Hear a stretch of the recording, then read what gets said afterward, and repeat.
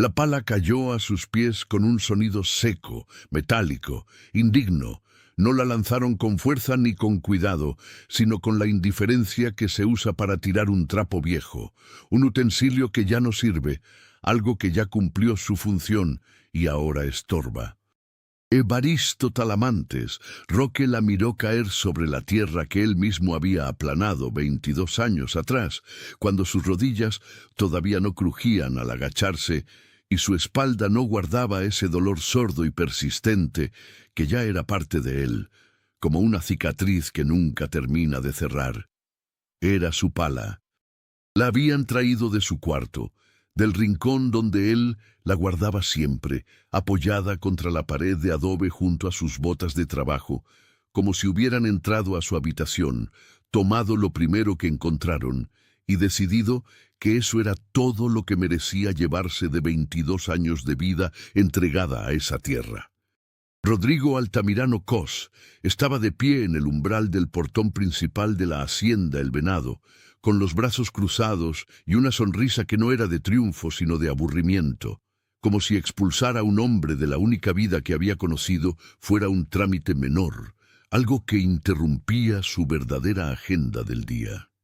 A su lado, Graciano Leal, su asesor, su amigo desde los tiempos de la universidad en Monterrey, observaba con una expresión más calculadora, menos disimulada, la de alguien que ha conseguido lo que quería y ya está pensando en el siguiente paso. Había otros peones presentes: Serapio, Macedonio, la vieja Clementina que llevaba 30 años cocinando para la hacienda. Ninguno dijo una palabra. Ninguno se movió. Evaristo los entendía. Él tampoco habría hablado en su lugar. La necesidad tiene ese poder terrible. Convierte a los hombres buenos en espectadores silenciosos. Evaristo se agachó, tomó la pala con ambas manos y antes de darse la vuelta, miró una última vez el horizonte de la hacienda que conocía como conoce uno su propia casa, cada árbol, cada surco de irrigación, cada tramo de barda, cada olor que cambia según la temporada. Miró ese paisaje con los ojos de quien sabe que está mirando por última vez, guardando todo en un lugar de la memoria donde nadie puede entrar a quitárselo. Luego se dio la vuelta y comenzó a caminar. Y en ese momento, aunque nadie lo supo, ni él mismo lo sabía todavía con certeza, cargaba en esa pala vieja algo más valioso que todo el ganado, toda la maquinaria, todas las escrituras y todas las cuentas bancarias de la hacienda El Venado. Cargaba 22 años de conocer esa tierra mejor que su propio dueño. Eso, en Chihuahua, donde el agua vale más que el oro, es una fortuna que no cabe en ningún banco. Chihuahua tiene esa cosa que tienen muy pocos estados de México, la capacidad de hacerte sentir pequeño sin necesidad de humillarte. No lo hace con desprecio, sino con simple grandiosidad. El cielo es demasiado grande allá arriba, la sierra es demasiado imponente allá lejos, el desierto es demasiado vasto en todas direcciones, y tú, hombre solo con tus herramientas y tu hambre, eres apenas un punto moviéndose por un paisaje que existía mucho antes de que nacieras y seguirá aquí mucho después de que te vayas. Evaristo Talamantes Roque llegó a la hacienda El Venado a los 30 años, en el mes de octubre, cuando los álamos del río Chubíscar estaban amarillos y el viento del norte ya anunciaba que el invierno no tardaría. Venía del ejido de Rancho Quemado, donde su padre, don Eliodoro Talamantes, cultivaba maíz y frijol en tierra que el temporal nunca trataba bien, donde las deudas se acumulaban como las malas cosechas, donde 3 de sus hermanos ya se habían ido al norte buscando trabajo en los ranchos del otro lado de la frontera o en las maquiladoras de Ciudad Juárez. Evaristo no quiso irse al norte, no porque le tuviera miedo a lo desconocido, sino porque algo en él se resistía a abandonar la tierra chihuahuense, esa tierra dura y seca que sin embargo le parecía la más honesta del mundo. Una tierra que no te prometía nada que no pudiera cumplir. una tierra que si te daba algo, era porque te lo habías ganado de verdad. Don Próspero Altamirano lo recibió él mismo en el portón, cosa que Evaristo no esperaba. Había imaginado algún capataz, algún encargado, con cara de pocos amigos, que le haría preguntas breves y lo evaluaría como se evalúa el ganado. Pero don Próspero, que entonces tenía 58 años, y una espalda todavía recta, a pesar de todo lo que ya había cargado en la vida, salió personalmente a ver al muchacho que había preguntado trabajo en el pueblo de Namiquipa, donde corría la voz de que la venada, como le decían familiarmente a la hacienda, necesitaba peones. Don Próspero era un hombre de pocas palabras, pero de mirada larga.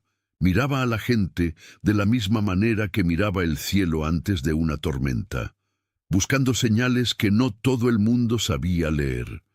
Miró a Evaristo de arriba abajo, notó las manos callosas, los hombros anchos, los pies bien plantados sobre la tierra, y luego miró sus ojos, que eran los ojos de alguien que no pretendía ser más de lo que era, que pedía trabajo sin pedir lástima.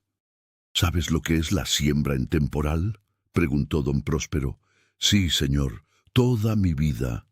¿Sabes lo que es el riego por gravedad, las acequias, las compuertas? Mi papá me enseñó desde chico. En el ejido nunca tuvimos bomba, todo lo hacíamos con las acequias de tierra. ¿Sabes leer? Sí, señor, y escribir. Terminé la secundaria en el Telesec de Namiquipa. Don Próspero asintió una sola vez, como si eso cerrara algún asunto que estaba pendiente en su cabeza.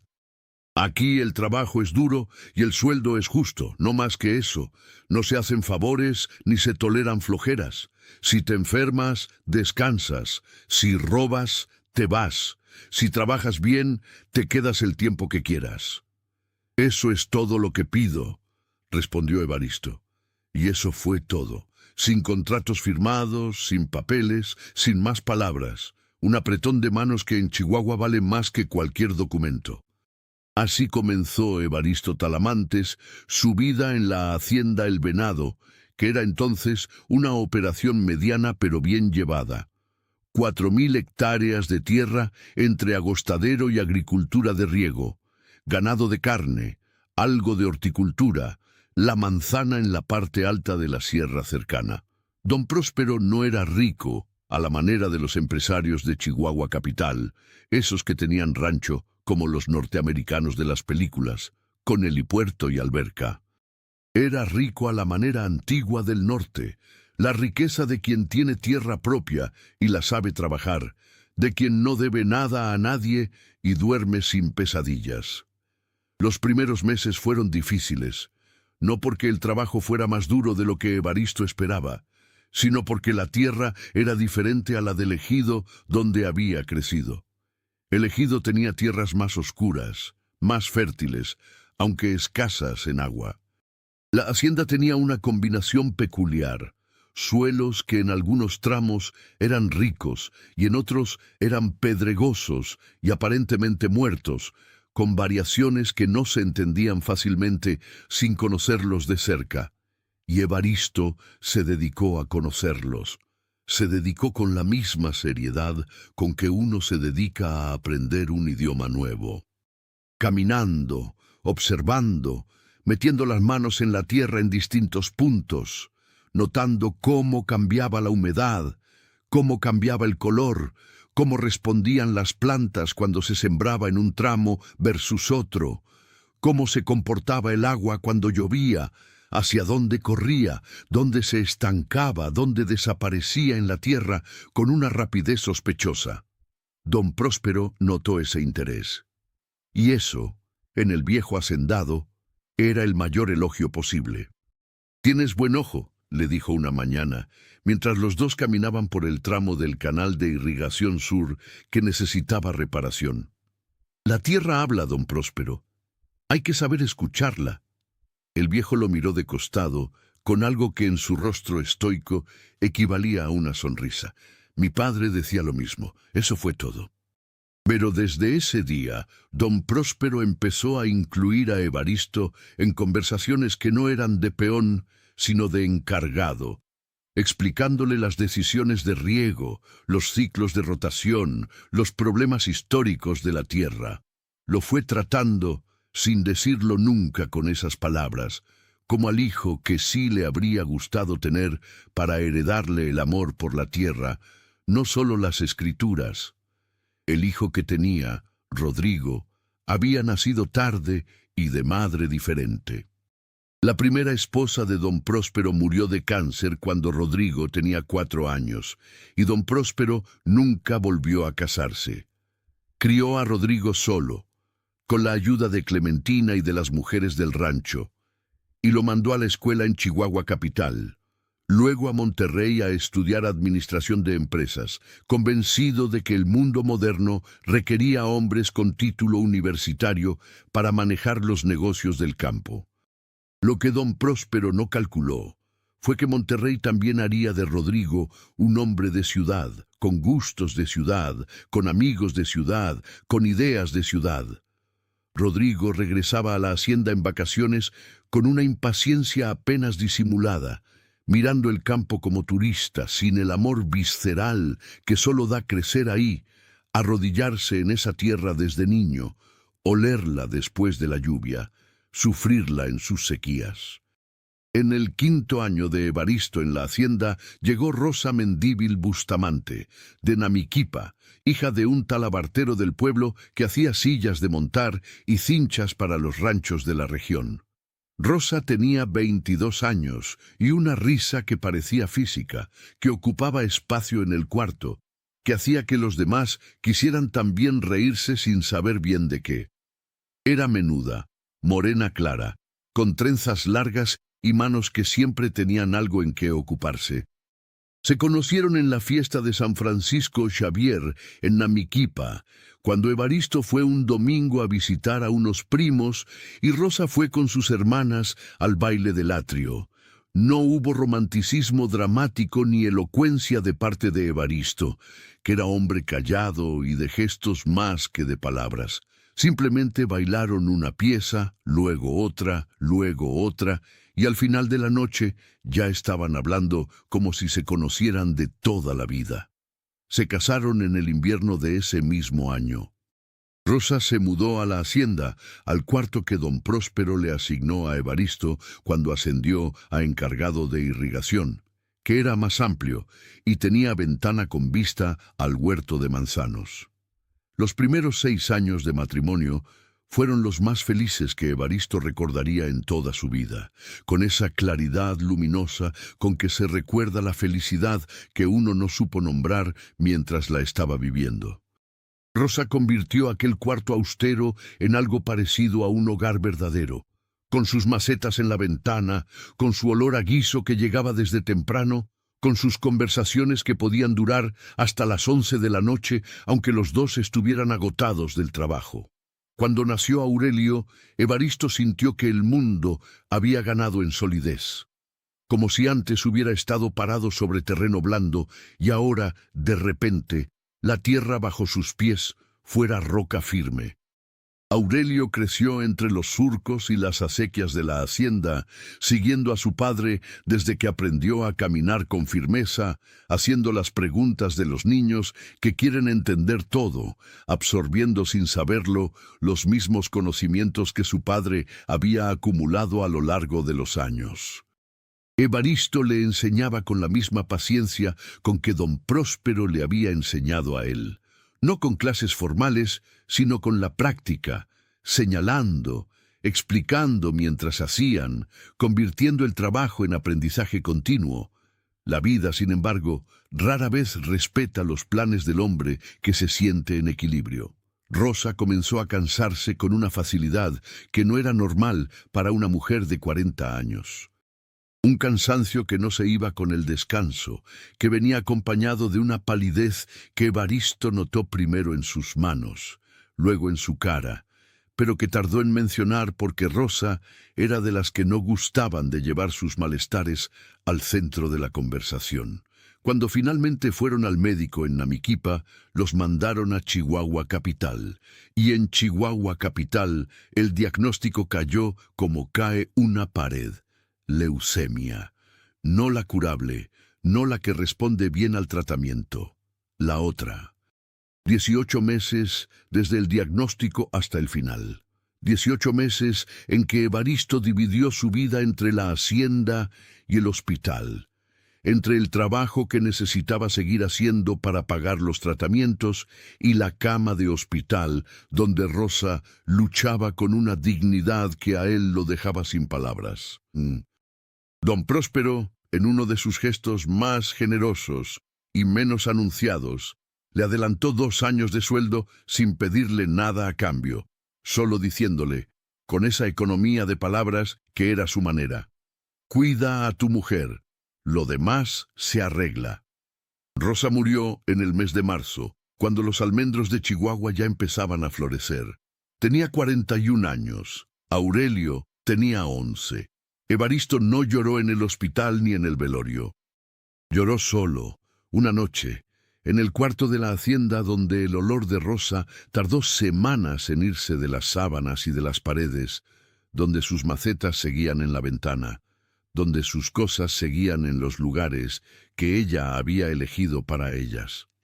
Lloró con la intensidad de los hombres del norte que aprenden desde chicos a guardar todo hacia adentro y luego, cuando ya no cabe más, cuando el recipiente está a punto de reventar, sueltan de golpe lo que no puede seguir contenido. Al día siguiente se levantó antes del amanecer, como siempre. Fue a trabajar, como siempre. Y desde ese día, sin que nadie se lo pidiera, sin que nadie lo notara del todo, Aurelio se convirtió en lo único que le quedaba de Rosa en el mundo. Y eso era razón suficiente para seguir de pie y seguir caminando. En el año 14 de su trabajo en la venada, Evaristo hizo un descubrimiento que no supo cómo explicar con exactitud, porque no era el producto de un cálculo científico, sino de algo más difícil de articular. La acumulación de años de observar esa tierra con atención sostenida, con la paciencia que solo tiene quien no tiene prisa por saber, porque sabe que la respuesta llegará cuando llegue. En el extremo noreste de la hacienda, más allá de los potreros principales, había un tramo de tierra de aproximadamente 40 hectáreas que don Próspero llamaba simplemente la tierra muerta, o a veces, con un dejo de resignación, el peladero. Era tierra grisácea, pedregosa, donde no crecía más que quelite y gobernadora y algún nopal disperso que nadie había plantado. El ganado la cruzaba sin detenerse. Los peones la ignoraban porque no había nada que hacer ahí.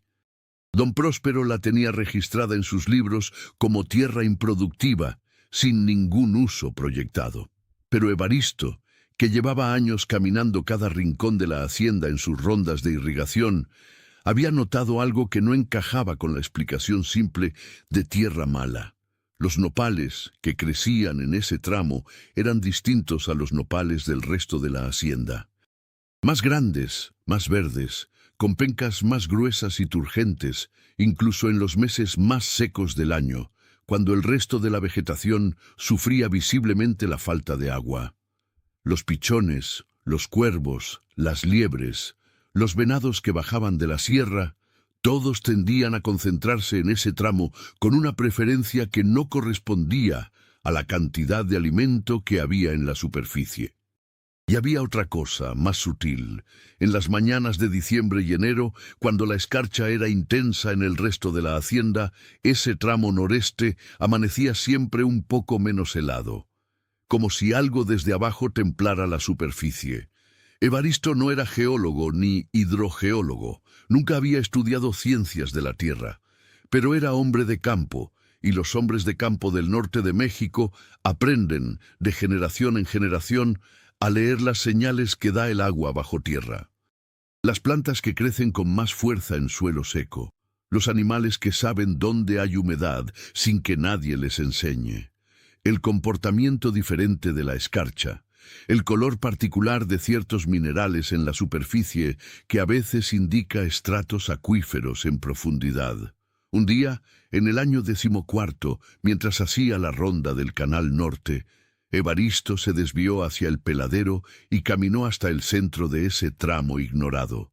Se agachó, tomó un puñado de tierra, la apretó, la olió. Tenía una humedad residual que no debería estar ahí dado lo seco del temporal de ese año. Se quedó parado un largo momento con ese puñado de tierra en la mano, mirando el horizonte y pensando. Luego tiró la tierra, se limpió las manos en el pantalón y siguió su ronda. Pero esa noche, en su cuarto, escribió en el cuaderno donde llevaba sus apuntes de la hacienda, la siembra, el riego, las lluvias, los problemas, una sola línea. El peladero no está muerto. Quizás está esperando que alguien cabe en el lugar correcto. Esa anotación quedaría enterrada en el cuaderno durante años, porque don Próspero, cuando Evaristo le habló vagamente del tema un par de veces, escuchaba con la paciencia de siempre, pero luego decía que ya era hombre viejo para andar excavando en tierra que no había dado nada en 50 años, que si hubiera agua ahí ya lo sabrían. No lo decía con desprecio, sino con el pragmatismo del hombre que tiene demasiadas cosas urgentes como para perseguir las inciertas. Y Evaristo respetaba eso. Don Próspero era su patrón, y su única experiencia con patrones era la del respeto ganado mutuamente. Si el jefe decía que esperáramos, se esperaba. Así que el secreto del peladero quedó guardado en el cuaderno de Evaristo y en la tierra misma, esperando. Don Próspero Altamirano murió en el mes de mayo, de un infarto fulminante mientras revisaba el ganado en el Potrero Sur. Tenía 74 años y había trabajado cada uno de ellos. Murió como probablemente habría querido morir, sobre su tierra, con las botas puestas, sin haber pasado semanas en una cama de hospital mirando el techo. Evaristo lo encontró él mismo, porque era él quien hacía la ronda de la tarde. Tardó un momento en entender lo que veía. Luego se arrodilló junto al viejo patrón y le cerró los ojos con una quietud que venía de adentro, de ese lugar donde uno hace las cosas que tienen que hacerse, aunque el corazón esté rompiéndose. Fue el mismo silencio que había aprendido a tener cuando murió Rosa. El velorio fue sencillo, como don Próspero lo habría querido. Vinieron los vecinos, los ejidatarios de Rancho Quemado, el presidente municipal de Namiquipa, algunos hombres de negocios de Chihuahua capital que habían conocido al viejo en distintos momentos de su vida. Evaristo no dijo discursos ni hizo gestos dramáticos. Se quedó durante las 2 noches del velorio, sirviendo café, ayudando a los que llegaban, haciendo lo que hubiera que hacer. Rodrigo llegó desde Monterrey en avión. Evaristo lo vio bajarse de la camioneta que fue a recogerlo al aeropuerto y tuvo la primera impresión, que en los años siguientes no haría más que confirmarse. Rodrigo Altamirano Cos era físicamente parecido a su padre. La misma estatura, la misma constitución ancha, pero todo lo de adentro era diferente. Don Próspero había tenido los ojos del hombre que observa el mundo con curiosidad. Rodrigo tenía los ojos del hombre que observa el mundo buscando lo que le sirve. Era guapo a su manera, de ese atractivo que da la juventud y el dinero combinados, ropa cara pero casual, reloj que costaba más que el sueldo anual de cualquier peón, cabello con ese corte estudiado que pretende parecer descuidado. Tenía 27 años y la seguridad de alguien que nunca ha tenido que convencer a nadie de que merece estar en un cuarto.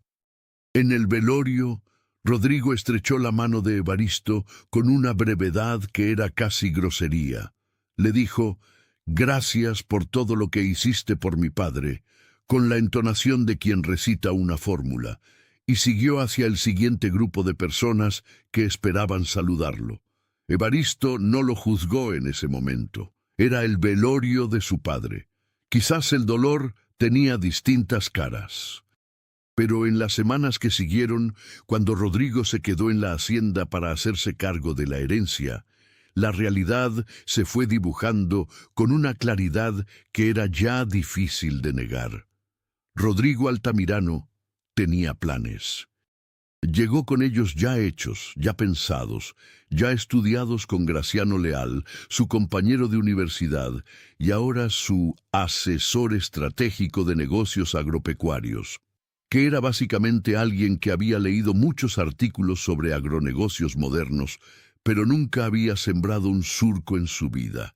Graciano Leal era delgado, de lentes rectangulares, de esos hombres que hablan rápido y usan palabras largas para decir cosas sencillas. Tenía 30 años y la certeza absoluta de quien no ha vivido suficiente para saber que no sabe. Llegó con Rodrigo 2 semanas después del entierro de don Próspero, con una laptop y una libreta llena de proyecciones financieras, y se instaló en la hacienda como si fuera suya también. El primer gran plan de Rodrigo y Graciano era convertir la venada en una unidad de producción intensiva de alto rendimiento, que en términos prácticos significaba eliminar el ganado extensivo porque no es rentable a pequeña escala, sustituir la agricultura de riego tradicional por invernaderos tecnificados, reducir el personal optimizando la plantilla para maximizar eficiencia, e invertir en maquinaria moderna que pagaría su costo en 3 años. Evaristo escuchó todo esto en una reunión que Rodrigo convocó con los encargados de la hacienda. Escuchó con la calma que le había dado la edad y la experiencia, dejando que las palabras de Rodrigo y de Graciano se asentaran antes de intentar evaluarlas. Cuando Rodrigo terminó su presentación, que incluía diapositivas en la laptop, cosa que no había existido nunca en ninguna reunión de la venada, y preguntó si había preguntas, Evaristo levantó la mano. «¿Qué pasa con el agua?», preguntó. Rodrigo lo miró con una expresión de quien no entiende por qué alguien complica lo simple. «¿Cómo que qué pasa con el agua?». Los invernaderos que usted describe van a necesitar el triple del agua que usamos ahorita, y nuestro sistema de irrigación actual ya está trabajando al límite. Los pozos del sector norte llevan 2 años con nivel bajo. Si ampliamos la demanda sin ampliar la fuente, en 3 temporadas nos quedamos sin agua para nada. Graciano intervino con una sonrisa que Evaristo clasificó inmediatamente como la sonrisa del que no sabe lo que no sabe. Para eso existe la tecnología de riego por goteo, que reduce el consumo de agua hasta en un 70% comparado con el riego tradicional que ustedes usan. Es básico en la agricultura moderna. El riego por goteo no multiplica el agua que existe, respondió Evaristo con paciencia. Solo la usa mejor. Si la fuente es insuficiente, el riego más eficiente no resuelve el problema de fondo. Rodrigo juntó las manos sobre la mesa con una expresión que Evaristo aprendió a reconocer en los meses siguientes. La expresión de quien ha decidido que la opinión del otro es irrelevante, pero no quiere decirlo directamente todavía. «Agradecemos tu experiencia, Evaristo», dijo Rodrigo. «Por eso eres encargado de irrigación, y tu punto de vista se toma en cuenta. Pero el análisis que hicimos con Graciano incluye estudios del nivel freático de la región, y las proyecciones son positivas. El plan sigue adelante». «Con todo respeto, don Rodrigo», dijo Evaristo, y fue la única vez que usó el don con él, porque no lo sentía genuino, pero lo usó por respeto al apellido. Los estudios del nivel freático de la región pueden decirle qué hay en la región. Lo que yo le estoy diciendo es qué hay en esta tierra específica, que es la que conozco metro a metro desde hace 22 años. Son cosas diferentes. Rodrigo asintió con esa cortesía que equivale a un portazo. «Tomado en cuenta. Seguimos». Y siguieron, sin cambios, sin escuchar. Evaristo tardó exactamente 3 meses en entender que Graciano Leal no era solo un asesor entusiasta, era algo más complicado que eso. Lo entendió de manera gradual, a través de señales pequeñas, que por separado no significaban nada, pero juntas formaban un patrón reconocible. La manera en que Graciano preguntaba sobre las deudas de la hacienda con don Próspero, con una curiosidad que iba más allá del interés profesional. La manera en que revisaba las escrituras de la propiedad que Rodrigo había sacado del cajón del escritorio del padre. La manera en que, en ciertas conversaciones, Graciano parecía ser quien tomaba las decisiones y Rodrigo quien las repetía, invirtiendo sin saberlo la jerarquía que creía tener. Graciano tenía contactos en la ciudad que nunca mencionaba por su nombre. Hablaba por teléfono con alguien a quien llamaba simplemente el licenciado, con una deferencia que no era natural en un hombre de su carácter. A veces llegaban visitas a la hacienda que no eran compradores de ganado ni proveedores de insumos, hombres de traje que llegaban en camionetas negras, hablaban media hora con Graciano y Rodrigo y se iban sin dejar tarjetas ni nombres. Evaristo no era hombre de intrigas, ni tenía tiempo para ellas, pero era hombre atento, y la atención, con los años, desarrolla un instinto para distinguir cuando algo no está en su lugar, aunque no se pueda señalar exactamente qué. Lo que Evaristo intuyó, sin poder probarlo todavía, era que Graciano Leal tenía intereses en la venada, que no eran los intereses de Rodrigo ni de la hacienda. Que el plan de modernización servía a alguien más, además de a los Altamirano.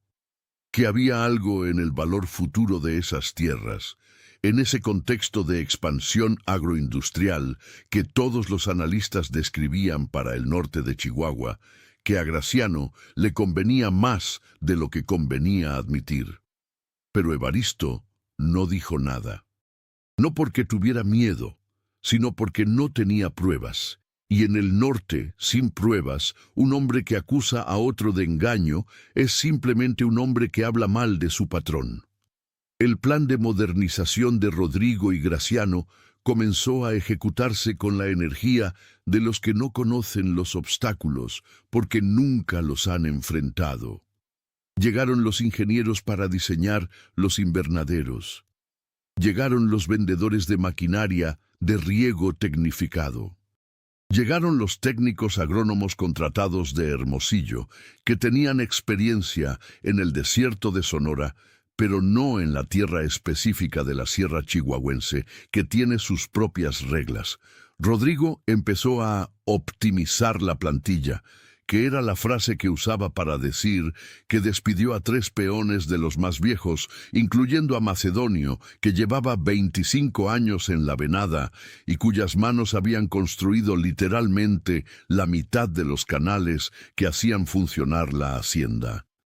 Macedonio se fue sin hacer escándalo, como se va la gente del norte, en silencio cargando su dignidad como su única posesión real. Evaristo fue a despedirse de él en la tarde, en el cuarto de los peones que Macedonio estaba vaciando. «¿Qué vas a hacer, Mesh?», preguntó Evaristo. El viejo peón dobló su última camisa con cuidado y la puso en el costal de lona. «Tengo un sobrino en Cuauhtémoc que tiene rancho de manzana. A ver si me da trabajo». Hizo una pausa y miró a Evaristo de frente. «Cuídate tú, Baris. A estos muchachos no les interesas tú, les interesa lo que sabes, y cuando ya no lo necesiten, también te van a sacar».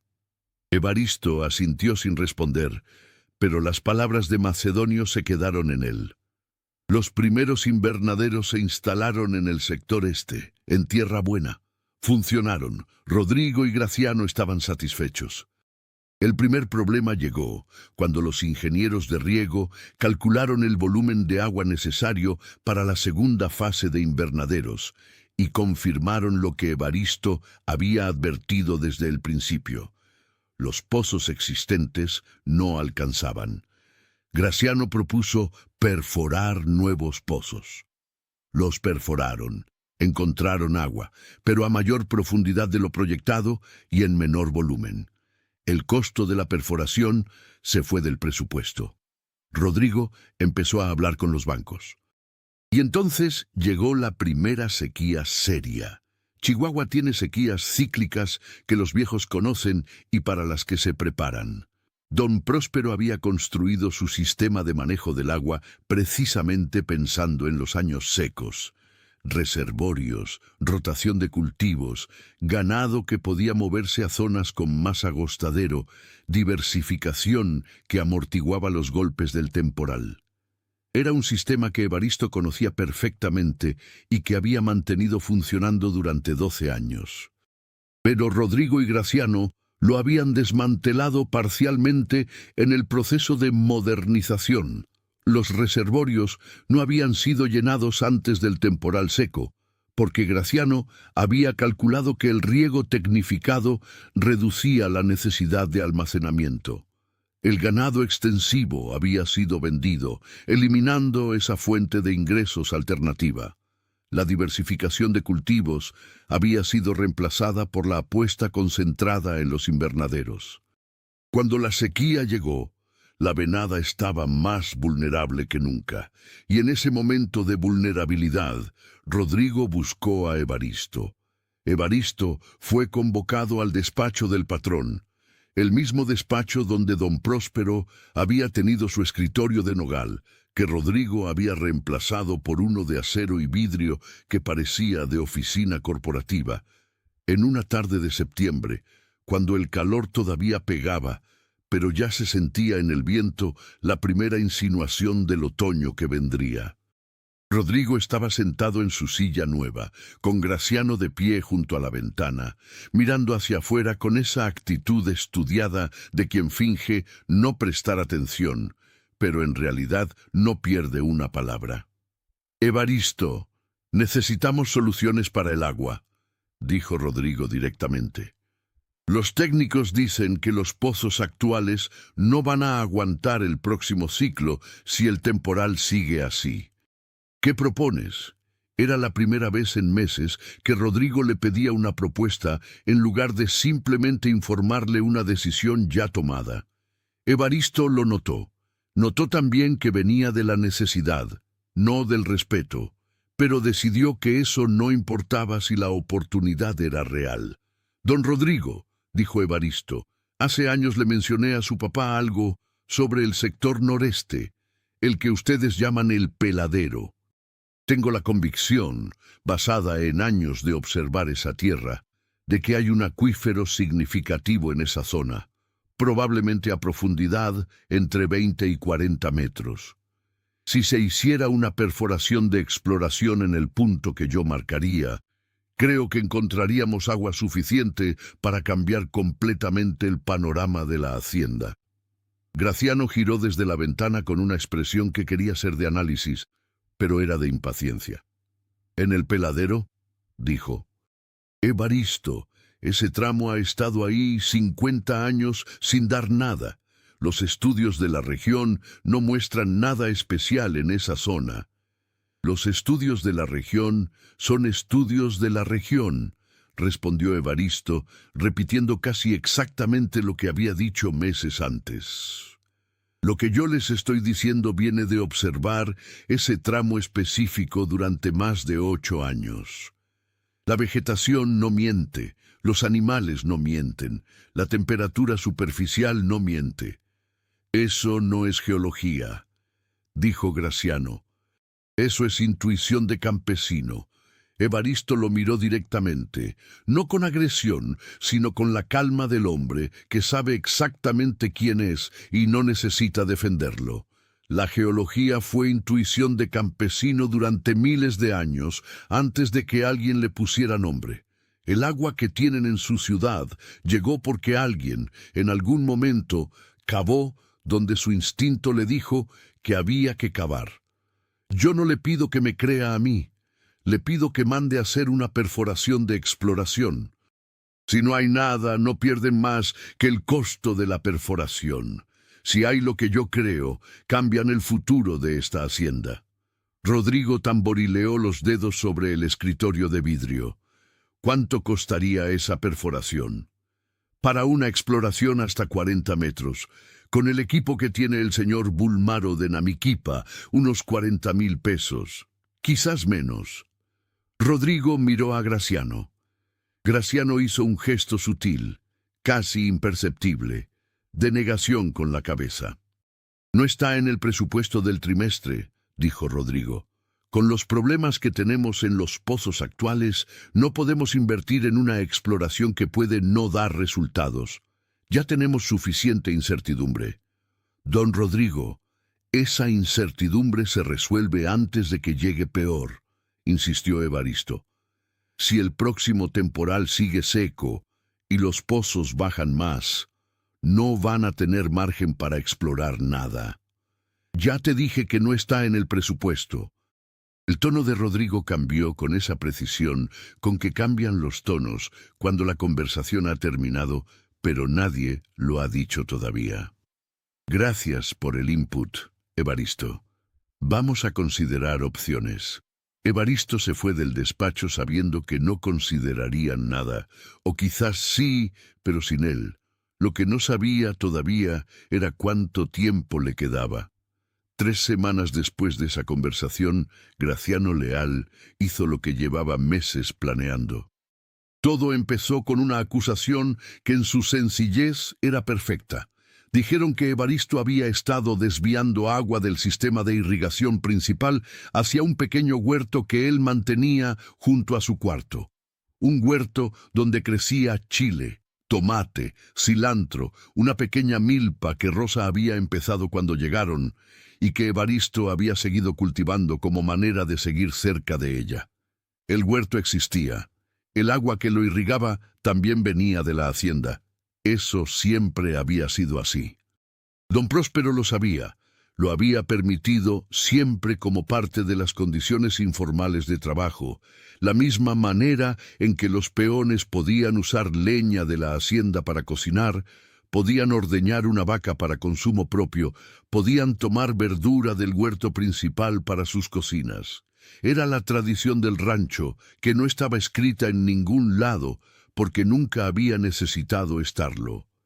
Pero Graciano había descubierto eso y lo había presentado a Rodrigo no como tradición, sino como robo. Y Rodrigo, que no conocía las tradiciones del rancho porque nunca había vivido en él, lo recibió como tal. La mañana del martes, Rodrigo convocó a Evaristo en el patio principal, no en el despacho sino en el patio.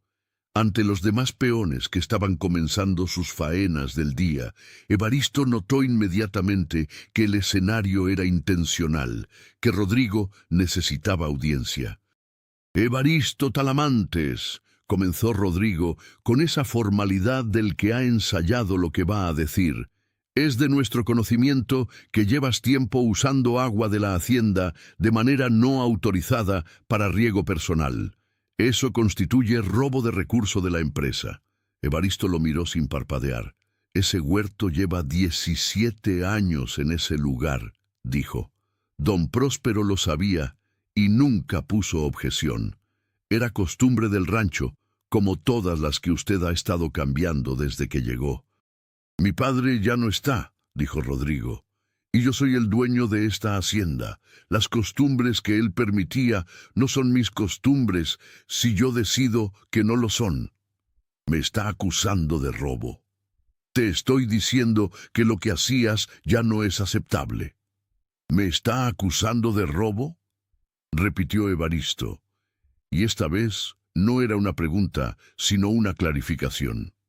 Rodrigo sostuvo la mirada un segundo, luego la desvió. «Estamos terminando tu relación laboral con la hacienda por falta de probidad». Evaristo no respondió de inmediato. Miró a Serapio, que estaba junto al corral, mirando hacia otro lado. Miró a Clementina, que estaba en el umbral de la cocina, con una expresión de quien quiere hablar y sabe que no puede. Miró a los otros 2 peones que habían llegado hace apenas 6 meses y que no sabían nada de nada. Luego miró a Rodrigo. Bien, dijo Evaristo, y esa sola palabra cargó todo el peso de 22 años. El trabajo, la lealtad, el dolor de haber enterrado a su mujer en tierra ajena, el orgullo de haber dado lo mejor de sí a una hacienda que ahora lo echaba con una mentira. Bien, dame lo que me pertenece de mis días trabajados, y me voy. Rodrigo asintió y dio indicaciones a Graciano, que tenía una hoja ya preparada con los números, como si todo hubiera estado listo de antemano. Como si la acusación hubiera sido el pretexto que ya tenían pensado. Graciano sacó un sobre y se lo tendió a Evaristo. Aquí está tu liquidación. Firmaste de recibido y ya. Evaristo tomó el sobre sin abrirlo. Luego alguien trajo de su cuarto lo que le pertenecía, una bolsa de tela con su ropa, su cuaderno, la foto de Rosa que tenía en el buró, la cobija que le había tejido doña Esperanza de Rancho Quemado hace 20 años. Y la pala. La tiraron al suelo con esa indiferencia que era en realidad una crueldad estudiada. Evaristo tomó la pala. Se limpió las manos en el pantalón y empezó a caminar. Antes de seguir, si esta historia te está llegando al corazón, ayuda al canal suscribiéndote y dando like. Eso nos permite seguir trayendo más historias como la de Evaristo para ti y para toda la comunidad. Aurelio lo estaba esperando en la carretera. Tenía 19 años y la misma postura de su padre, esos hombros anchos y ese modo de pararse sobre la tierra como si perteneciera a ella. Había venido a pie desde el ejido de Rancho Quemado, donde había ido a ver al abuelo Heliodoro cuando se enteró por Clementina de lo que estaba pasando. Cuando vio a su padre salir por el portón de la venada, con la bolsa de tela al hombro y la pala en la mano, Aurelio caminó hacia él y se puso a su lado sin decir nada. Los dos siguieron caminando juntos por la terracería, levantando una pequeña nube de polvo con cada paso en dirección al camino federal que llevaba a Namiquipa. Al cabo de 1 kilómetro, Aurelio habló. «¿Qué vamos a hacer, papá?» Evaristo no respondió de inmediato. Caminó otros 100 metros antes de hablar. «Ir a ver a tu abuelo primero. Luego pensar. ¿Tienes algo pensado?» «Tengo algo, pero primero necesito pensar si es posible». Aurelio no preguntó más. Había crecido con un padre que hablaba cuando tenía algo que decir, y había aprendido a no presionar el silencio de los hombres que necesitan tiempo para que sus pensamientos tomen forma. Llegaron al ejido de Rancho Quemado cuando el sol ya estaba bajo, pintando el cielo chihuahuense de ese naranja oscuro que parece incendio. Don Heliodoro los estaba esperando en la puerta de su casa de adobe, apoyado en su bastón, con los 82 años, que ya pesaban visiblemente, pero sin doblar todavía la espalda del hombre que había trabajado toda su vida. Cuando vio a su hijo llegar con la bolsa al hombro y la pala vieja en la mano, don Heliodoro no preguntó nada. Los hizo pasar, les sirvió café de olla, puso tortillas a calentar y esperó. Evaristo le contó todo mientras comía.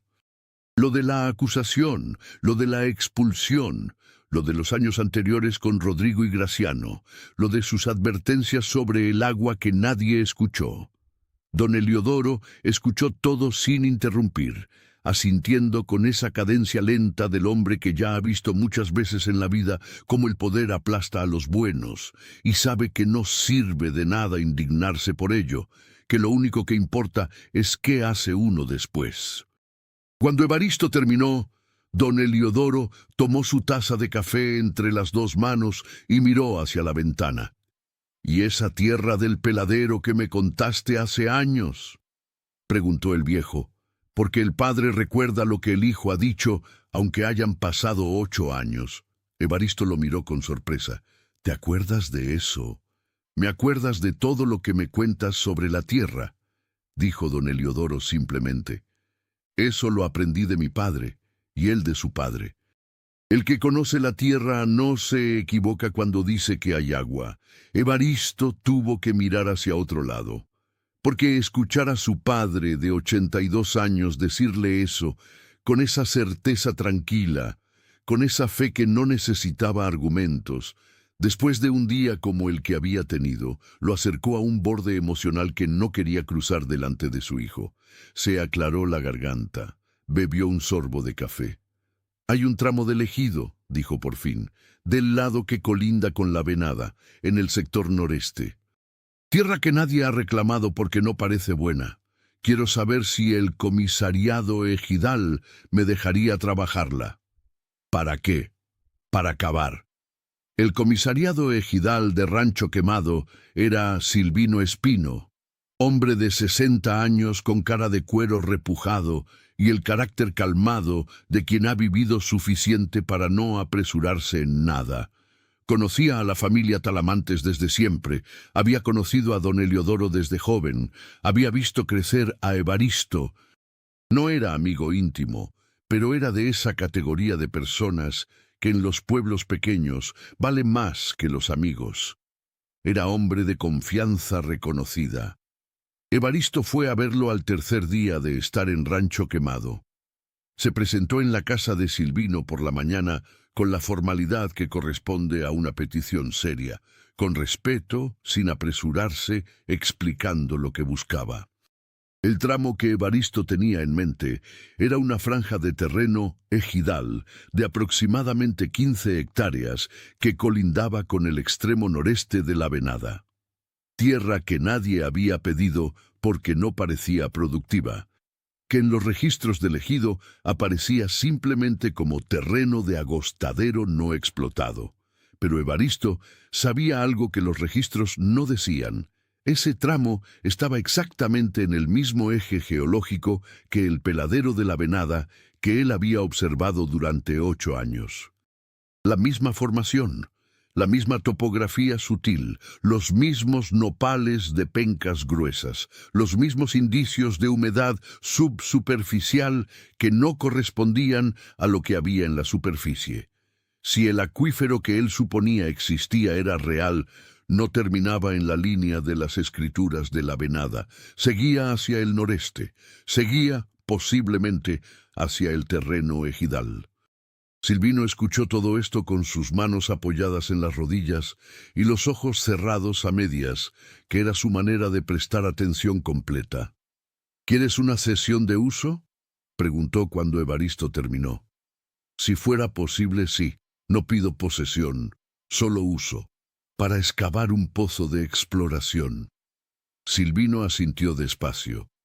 «El ejido puede darte una cesión temporal de uso por 3 años. No es raro, lo hemos hecho antes con gente que quiere trabajar tierra que nadie ocupa. Necesitas acreditarte ante la asamblea, decir qué vas a hacer y comprometerte a no dañar lo que hay ahí. ¿Cuándo es la próxima asamblea? En 2 semanas. Voy».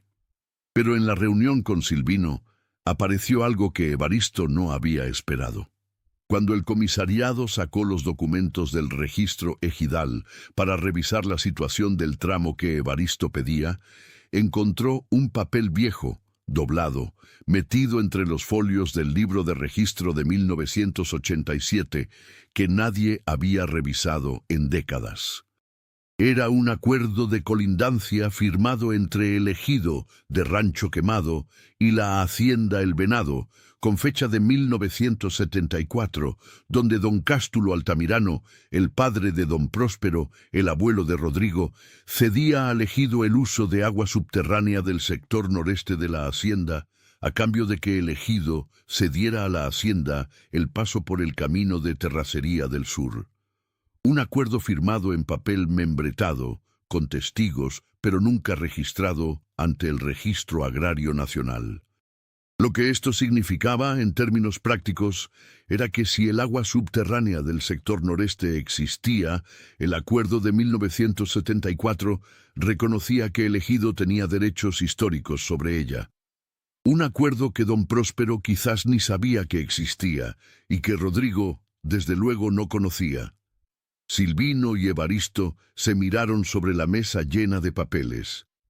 «Nadie sabe de esto», dijo Silvino con cautela. «Nadie», confirmó Evaristo. Una pausa larga. ¿Lo registramos ante el RAN?, preguntó Silvino. Eso es decisión del ejido, don Silvino. Yo no soy parte del ejido. El comisariado tamborileó los dedos sobre la mesa. Voy a hablar con el abogado del ejido en Chihuahua capital, por las dudas. Luego miró a Evaristo. Tu cesión de uso está aprobada de mi parte. La asamblea la ratifica en 2 semanas. Puedes empezar a prepararte. Namiquipa tenía 16.000 habitantes cuando el censo lo medía bien. Y en un pueblo de ese tamaño, todo el mundo conocía a todo el mundo, o conocía a alguien que conocía a alguien. Evaristo se instaló en la casa de su prima Guadalupe mientras esperaba la asamblea ejidal, y fue en la tienda de abarrotes de la prima donde conoció a Dolores Chaires Mendoza, a quien todos llamaban Lola. Lola tenía 50 años. Era viuda de un mecánico de tractores que había muerto 8 años atrás en un accidente en la carretera Cuauhtémoc, Chihuahua, y manejaba la tienda de abarrotes que había sido del marido con una eficiencia que era también una filosofía de vida. Cada cosa en su lugar, cada cuenta cuadrada, cada cliente tratado con la misma amabilidad directa que no era cálculo, sino carácter. Evaristo entró a la tienda por primera vez a comprar café y piloncillo, y Lola lo atendió con esa eficiencia suya, y le preguntó si era el Talamantes que había trabajado en la venada, porque Namiquipa era un pueblo donde los nombres viajaban solos. El mismo, dijo Evaristo. ¿Ya no está por allá? Ya no. Lola no preguntó más. Le cobró su café y su piloncillo y le dio las gracias. Pero la próxima vez que Evaristo fue a la tienda, Lola ya tenía reservado en el mostrador un costal pequeño del café que él había comprado, porque había calculado que para un hombre solo esa cantidad duraba más o menos una semana.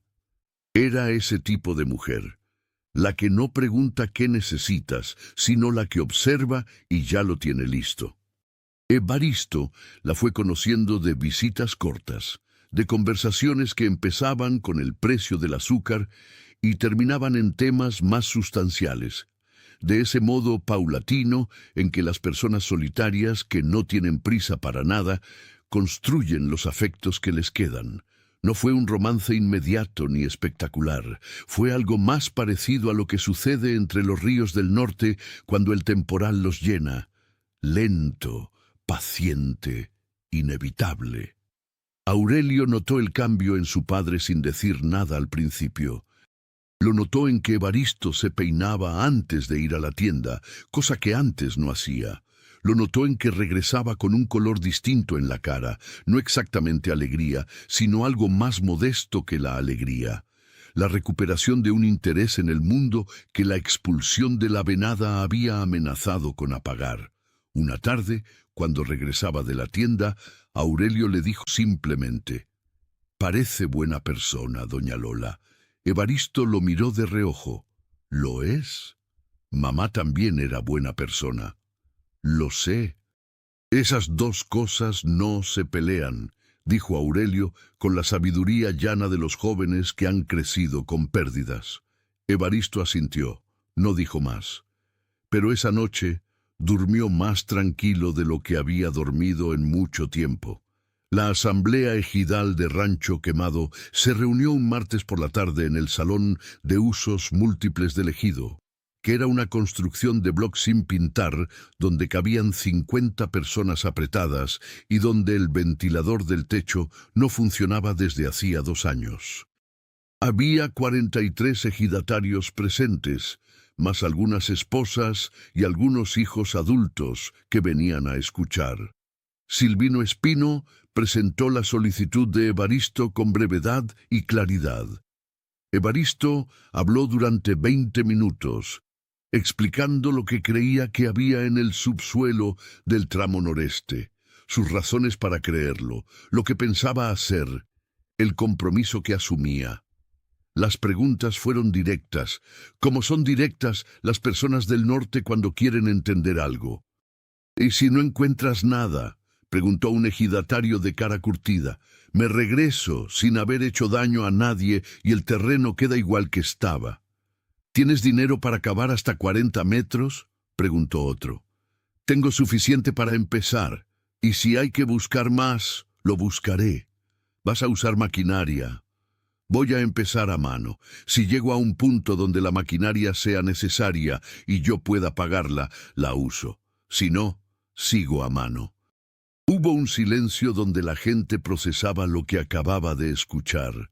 Luego, de la tercera fila, habló la voz de don Heliodoro Talamantes, que había venido a la asamblea a pesar de sus 82 años y del esfuerzo que le costaba. «Conozco a este hombre desde que nació», dijo don Heliodoro con su voz que todavía tenía firmeza. «Nunca le ha pedido nada a nadie que no fuera capaz de ganarse. Si dice que hay agua ahí, yo le creo. Y si yo tuviera 20 años menos, estaría cavando con él». La votación fue de 38 a favor, 3 abstenciones, 2 en contra. La cesión de uso fue aprobada por 3 años. Al día siguiente, Evaristo fue al tramo noreste con su pala vieja, clavó la punta en la tierra en el punto exacto que llevaba años guardando en la memoria, y empezó a cavar. Cavar un pozo a mano no es metáfora. Es trabajo físico en su forma más pura, la que no tiene misterio ni glamour, solo tierra, herramienta, músculo y una convicción que tiene que ser suficientemente grande para sobrevivir a todos los días en que la tierra dice no. Evaristo cavaba 5 días a la semana. Los primeros metros fueron los más sencillos porque el suelo era más suelto. Tierra arenosa mezclada con grava, fácil de mover pero que se desmoronaba y requería entibación provisional. Aurelio lo ayudaba los fines de semana y 2 días entre semana, cuando no estaba buscando trabajo eventual en los ranchos de la región para contribuir con algo de dinero. A los 2 metros, la tierra cambió. Se puso más dura, más compacta, con piedra laja intercalada que requería la pala y también un fierro de punta que Evaristo había conseguido en la ferretería de Namiquipa, que usaba como cincel para romper los estratos duros antes de sacar la tierra suelta. En los 4 metros, el agujero era apenas lo suficientemente ancho para que Evaristo pudiera estar parado dentro y mover los brazos. El ritmo de trabajo bajó. La extracción de tierra requería un balde y una cuerda, con Aurelio arriba tirando lo que Evaristo llenaba abajo. El calor dentro del pozo en agosto era suficiente para ahogar a cualquiera que no estuviera acostumbrado, y Evaristo salía al mediodía con la camisa empapada y las manos con ampollas reventadas que curaba con lo que hubiera, generalmente mezclando aloe vera del campo con un poco de sal. La gente del ejido y del pueblo lo observaba con esa mezcla de respeto y escepticismo que tienen los pueblos pequeños ante cualquier empresa que se sale de lo convencional. Había quienes lo apoyaban con palabras, con algún taco que Clementina del ejido le llevaba cuando pasaba por ahí, con la solidaridad silenciosa que a veces es más valiosa que cualquier otra cosa. Había quienes meneaban la cabeza y decían que estaba tirando su dinero y su espalda en un agujero que no llevaría a ningún lado. Hubo un día, al 4.º mes, cuando el pozo tenía ya 6 metros y la tierra seguía dura y seca sin ningún signo de cambio, en que Evaristo se sentó en el fondo del agujero, apoyó la espalda en la pared de tierra, cerró los ojos y en el silencio profundo que tiene el subsuelo, más denso que cualquier silencio de superficie, le habló a Rosa, no en voz alta, en ese modo de hablar que no necesita sonido. Le dijo, no sé si estoy en lo correcto, pero si hubiera forma de saberlo sin intentarlo, no sería fe, sería certeza, y la certeza no necesita valor. Luego tomó la pala, se puso de pie y siguió cavando. Al mes 7 llegó el primer cambio en la textura de la tierra. Sutil, casi imperceptible, pero ahí, El suelo empezó a tener una humedad residual que no correspondía al temporal. A 8 metros de profundidad, Evaristo notó que la tierra que sacaba al balde tenía un olor diferente, más mineral, ese olor que en el campo reconocen como señal de agua cercana. Le dijo a Aurelio esa noche, sin dramatismo, con la contención del hombre que no quiere ilusionar antes de tiempo: algo está cambiando abajo. Aurelio lo miró. ¿Agua? Todavía no sé, pero el suelo huele distinto. ¿Cuánto falta? No sé, puede ser 10 metros, puede ser 20. Seguimos. Y siguieron. Sin el conocimiento de Evaristo, la hacienda El Venado estaba viviendo exactamente lo que él había predicho. El temporal de ese año fue el más seco en 15 años en la región de Namiquipa. Las lluvias llegaron tarde, fueron escasas, y los reservorios de la Venada, que don Próspero siempre había mantenido llenos antes del temporal seco, estaban este año a menos de la mitad de su capacidad, porque Graciano había convencido a Rodrigo de que con el riego tecnificado no era necesario el almacenamiento tradicional. Los pozos del sector norte, que Evaristo había señalado como en declive, bajaron otro 1,5 metros de nivel estático. El sistema de riego de los invernaderos, que dependía de esos pozos, empezó a tener interrupciones. Los cultivos de los 2 primeros invernaderos aguantaron, pero el tercero, el que habían instalado en el sector más alejado de los pozos, sufrió pérdidas parciales. Rodrigo contrató a un nuevo encargado de irrigación, un ingeniero joven de Chihuahua capital, recién graduado, con título y con toda la buena voluntad del mundo, pero sin los años de experiencia concreta que Evaristo tenía. El ingeniero diagnosticó los problemas, propuso soluciones, pero cada solución requería inversión, y la hacienda ya estaba sobreextendida financieramente después de las inversiones en maquinaria y en los invernaderos. Los bancos empezaron a llamar. Graciano Leal, que había prometido inversiones externas que nunca terminaban de materializarse, empezó a ser menos frecuente en la hacienda. Sus visitas, que antes eran semanales, se espaciaron a quincenales, luego mensuales. Cuando Rodrigo lo llamaba por teléfono, Graciano respondía con optimismo y aplazamientos. Serapio, que se había quedado en la hacienda después de la expulsión de Evaristo porque tenía familia y no podía arriesgarse a quedarse sin empleo, llamó a Aurelio un sábado. «¿Cómo está tu papá?», preguntó Serapio. «Bien, cavando. ¿Todavía en lo del pozo?». «Sí, 12 metros ya». Un silencio. «Aquí las cosas están mal, Aurelio, muy mal. El patrón nuevo anda de malas todo el tiempo. El ingeniero ese que metieron no sabe ni por dónde empezar. El sistema de riego norte lo tiene todo revuelto». Pausa. «Le digo a tu papá que si en algún momento necesita una mano, aquí estoy».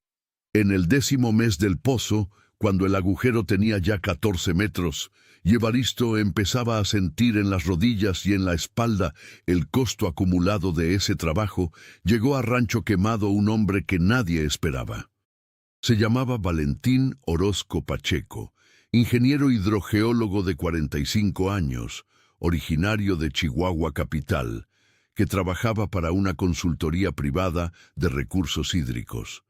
Había llegado al municipio de Namiquipa por un proyecto de la Conagua para mapear los acuíferos subterráneos de la región serrana de Chihuahua, y alguien en el municipio le había mencionado que había un hombre en el ejido de Rancho Quemado que llevaba casi un año cavando a mano un pozo en tierra que nadie quería. Valentín Orozco era de los hombres que no pueden resistir un problema interesante. Llegó al tramo noreste en una mañana de junio, con su equipo de medición y una libreta, y se encontró con Evaristo saliendo del pozo con el balde lleno de tierra.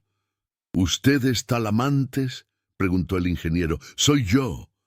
Valentín Orozco miró el pozo, Miró la zona circundante, sacó sus instrumentos y empezó a tomar mediciones sin pedir permiso pero sin ser descortés, con la abstracción del científico que ve un problema donde otros ven paisaje.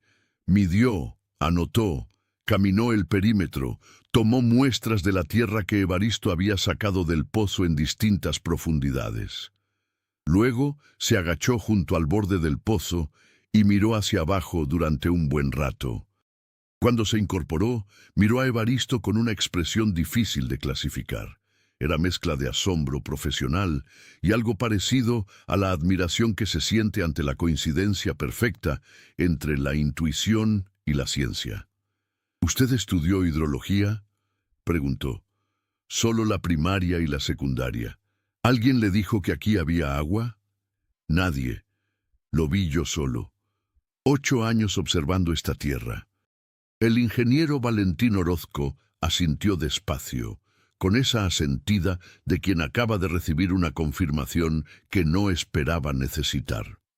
Lo que usted encontró por observación empírica, dijo, coincide exactamente con lo que mis instrumentos me dicen. Está usted parado sobre uno de los acuíferos más significativos de esta subregión serrana. Según mis mediciones preliminares, el estrato acuífero principal debería estar entre los 24 y los 38 metros de profundidad. Usted va en 14 metros. Le faltan entre 10 y 24 metros para llegar al agua. Hizo una pausa. Lo notable, señor Talamantes, es que usted identificó el punto exacto de la mayor concentración del acuífero sin instrumentación. Eso no lo hace ningún ingeniero. Lo hace el conocimiento de la tierra que no se aprende en ninguna universidad. Evaristo no respondió de inmediato. Miró el pozo, luego el cielo, luego al ingeniero. ¿Cuánta agua?, preguntó con voz que se esforzaba por ser calma. Suficiente, dijo el ingeniero, para transformar completamente el uso de este suelo y probablemente para suministrar agua potable a Namiquipa durante décadas. Esa noche, Evaristo fue a la tienda de Lola Chairés a comprar café y piloncillo. Lola lo vio entrar y supo de inmediato que algo había pasado, porque conocía el rostro de este hombre como conoce la tierra la lluvia, por la textura del cambio. ¿Qué pasó?, preguntó simplemente. Que tenía razón, respondió Evaristo, y esas 3 palabras cargaron todo el peso de 22 años de saber algo que nadie quiso escuchar.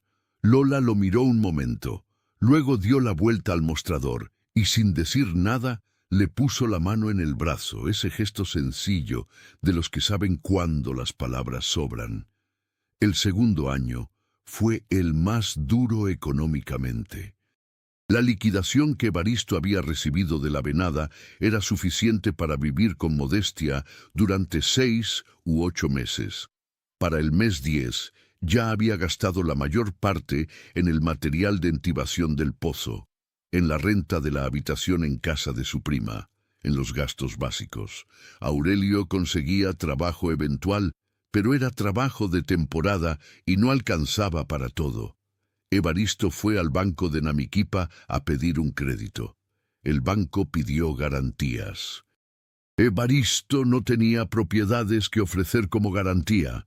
La cesión ejidal no era un bien registrable ante institución financiera. El banco lo miró con la amabilidad burocrática de quien dice no sin decirlo con esa palabra. Fue don Heliodoro quien resolvió la situación de manera que a Evaristo le costó aceptar.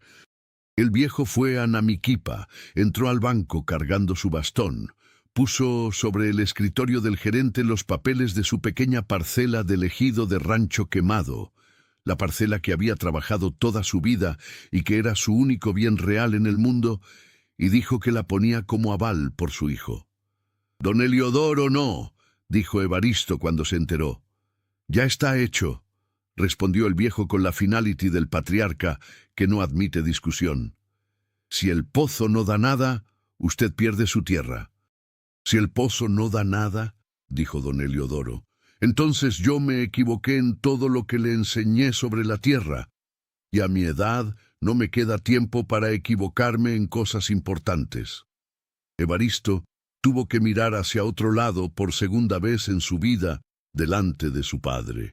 Con el crédito, compró un compresor de aire pequeño y una broca giratoria que le permitió avanzar más rápido en los estratos de roca dura que encontró entre los metros 16 y 21.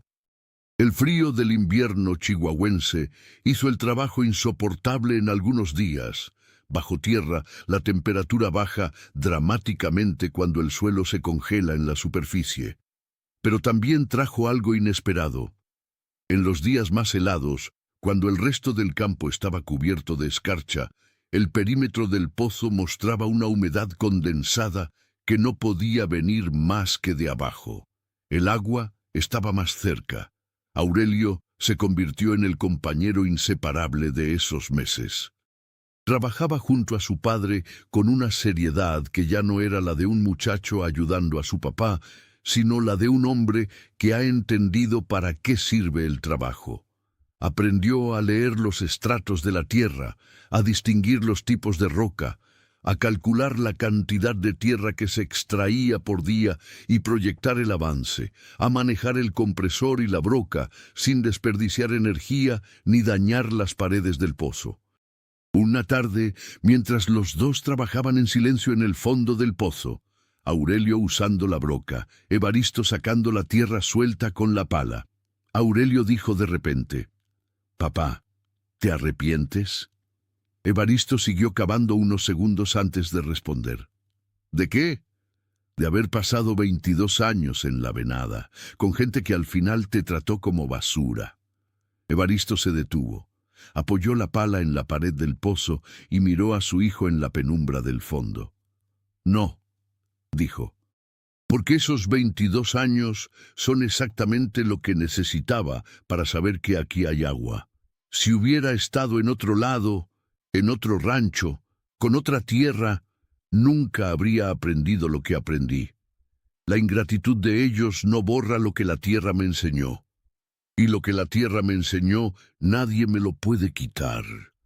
En el mes 18 del pozo de Evaristo, cuando el agujero tenía ya 26 metros y la tierra a esa profundidad empezaba a mostrar una humedad que ya no era residual, sino activa, la hacienda El Venado recibió el primer embargo preventivo del banco. La historia llegó a Rancho Quemado a través de Serapio, que llamó a Aurelio una mañana con voz de quien da malas noticias que en el fondo esperaba. La situación era peor de lo que Evaristo había calculado. Los pozos del sector norte habían colapsado parcialmente en el temporal seco del segundo año consecutivo, reduciendo el flujo a menos del 30% de lo necesario para los invernaderos. El tercer y cuarto invernadero habían tenido pérdidas totales. El crédito bancario para la modernización que Rodrigo había pedido cuando llegó con sus planes estaba ya en mora técnica, y Graciano Leal había desaparecido. No de manera dramática, no con escándalo, sino con esa suavidad insidiosa con que la gente que siempre tiene salidas planificadas se retira antes de que el edificio se caiga. Simplemente había dejado de responder llamadas. Luego había enviado un correo cortés diciendo que, por compromisos previos, ya no podría continuar como asesor, y ya, sin devolver honorarios que Rodrigo le había pagado adelantados. Sin aclarar el paradero de ciertos fondos que habían pasado por las cuentas de la hacienda bajo su supervisión. Rodrigo estaba solo en la venada con las deudas, la tierra resentida, los peones que quedaban y el banco tocando la puerta. Lo que nadie sabía todavía, ni Rodrigo, ni Evaristo, ni nadie en la región, era que Graciano Leal había estado negociando por su cuenta, en los meses de su asesoría, la venta futura de la venada a un consorcio agroindustrial de Hermosillo que quería tierras en Chihuahua para expansión.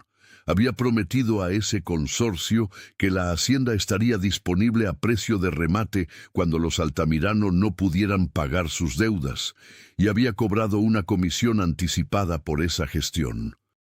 El plan entero de modernización no había sido más que el método para llevar a la venada a una situación de insolvencia que facilitara su adquisición a precio de liquidación. Fue el abogado del ejido quien descubrió esto, mientras investigaba el documento de 1974 para el registro ante el RAN. En sus pesquisas, encontró los registros de las negociaciones de Graciano con el consorcio de Hermosillo, que habían quedado documentadas en correos electrónicos que terminaron siendo parte de una queja ante la Profeco y posteriormente de una denuncia penal. Graciano Leal tenía una orden de aprehensión cuando ya llevaba 6 semanas en Sonora. Y mientras todo esto pasaba en el mundo de Rodrigo Altamirano, a 27 metros bajo la tierra árida del sector noreste, Evaristo Talamantes seguía cavando. Porque hay hombres que no necesitan saber que su adversario está cayendo para seguir de pie.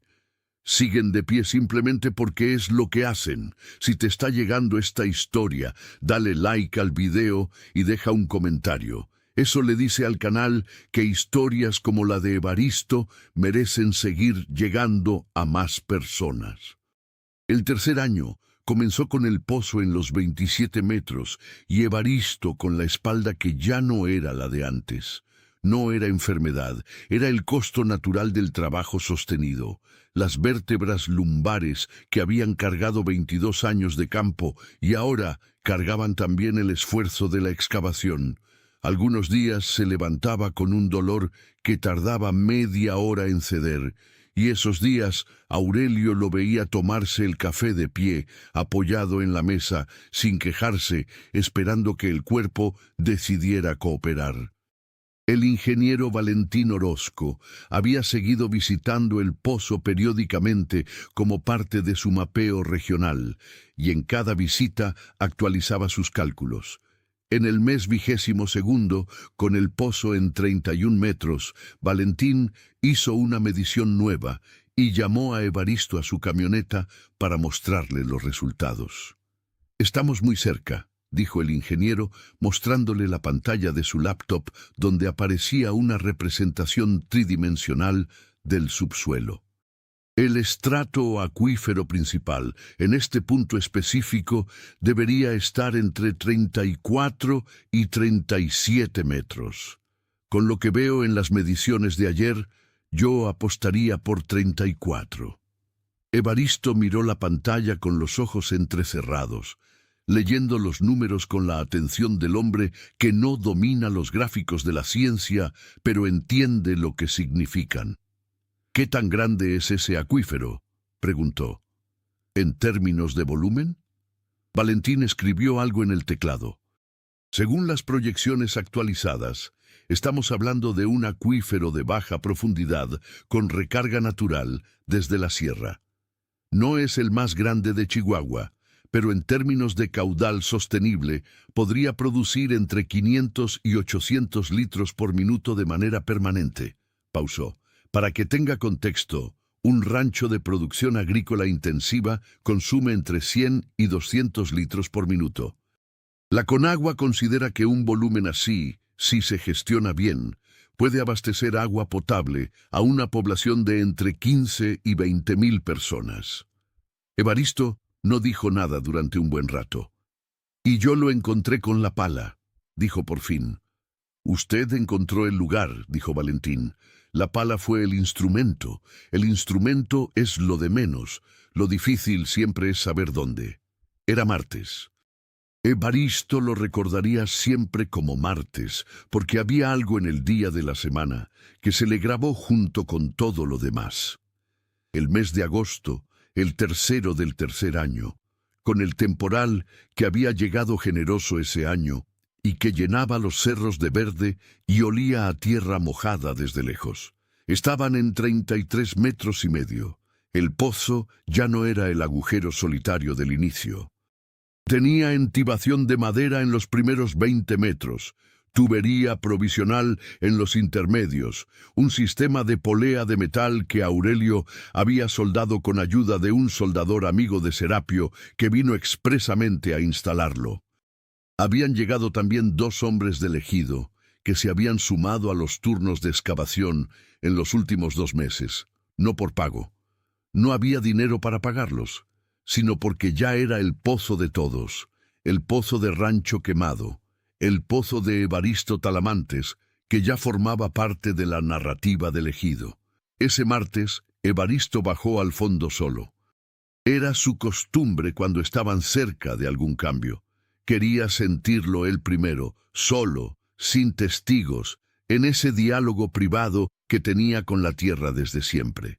Tomó la pala, apoyó la punta en el suelo del pozo, levantó, hundió con fuerza. La pala encontró resistencia diferente. No la resistencia de la roca ni de la tierra compacta, sino algo que cedía de una manera que Evaristo reconoció de inmediato, aunque nunca lo había sentido exactamente así. La tierra saturada cede de manera diferente a la tierra seca. No cede de golpe, sino de manera progresiva, como algo que estaba sosteniendo una presión y ya no puede. Hundió la pala de nuevo.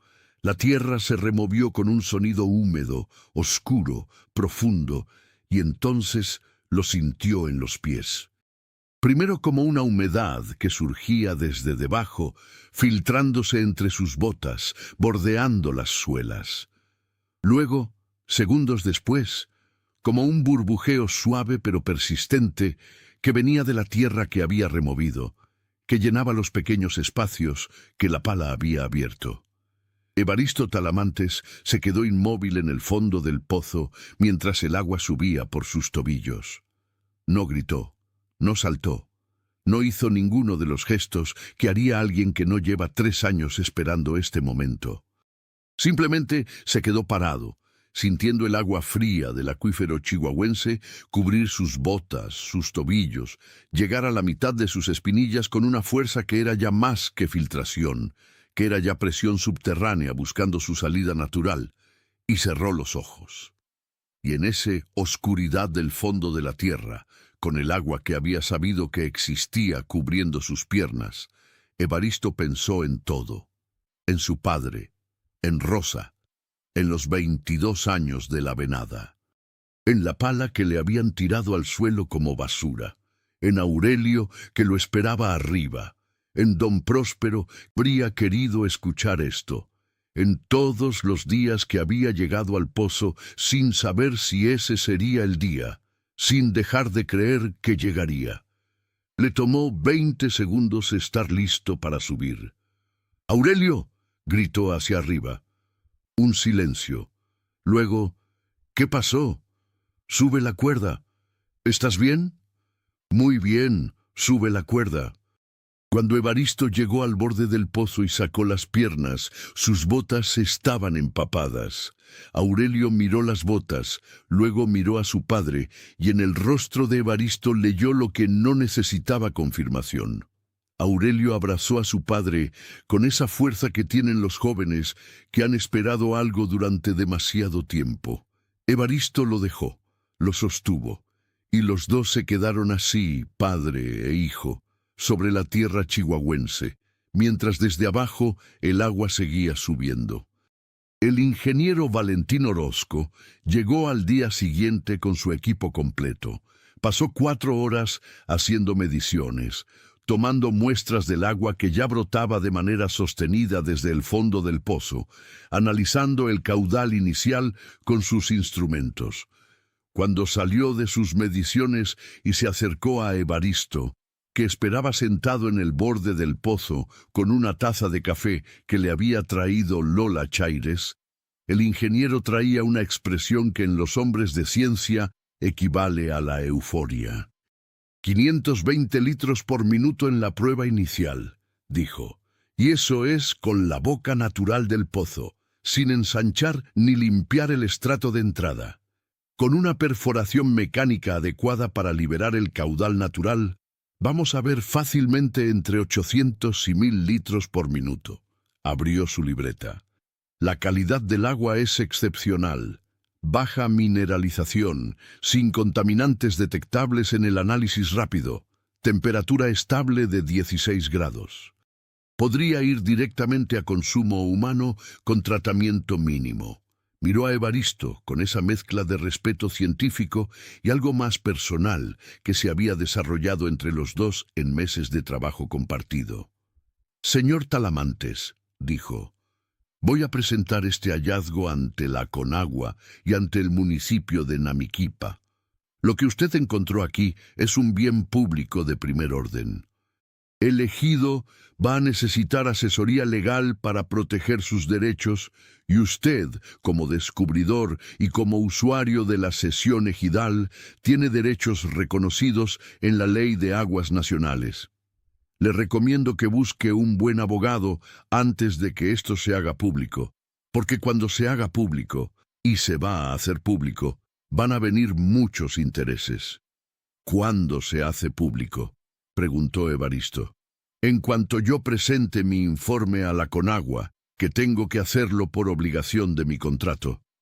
«Una semana, quizás 10 días». Evaristo asintió. «Entonces tengo una semana». 3 años después de la mañana en que Evaristo Talamantes salió por el portón de la hacienda El Venado con una bolsa de tela y una pala vieja, el panorama del sector noreste de Namiquipa era irreconocible para quien lo hubiera conocido antes. Donde había estado el tramo de tierra que nadie quería, ese peladero que durante décadas había sido el símbolo de la tierra mala, de la tierra que no daba nada, del rincón que convenía ignorar, existía ahora la estación de captación y distribución de agua potable Talamantes Rancho Quemado, una instalación que la Conagua había cofinanciado con el municipio de Namiquipa y con el ejido después de que el informe del ingeniero Valentín Orozco confirmara la magnitud del hallazgo. El acuífero, que en las mediciones definitivas producía 870 litros por minuto de agua de calidad excepcional, tenía capacidad para abastecer de agua potable a Namiquipa y a 4 ejidos circundantes.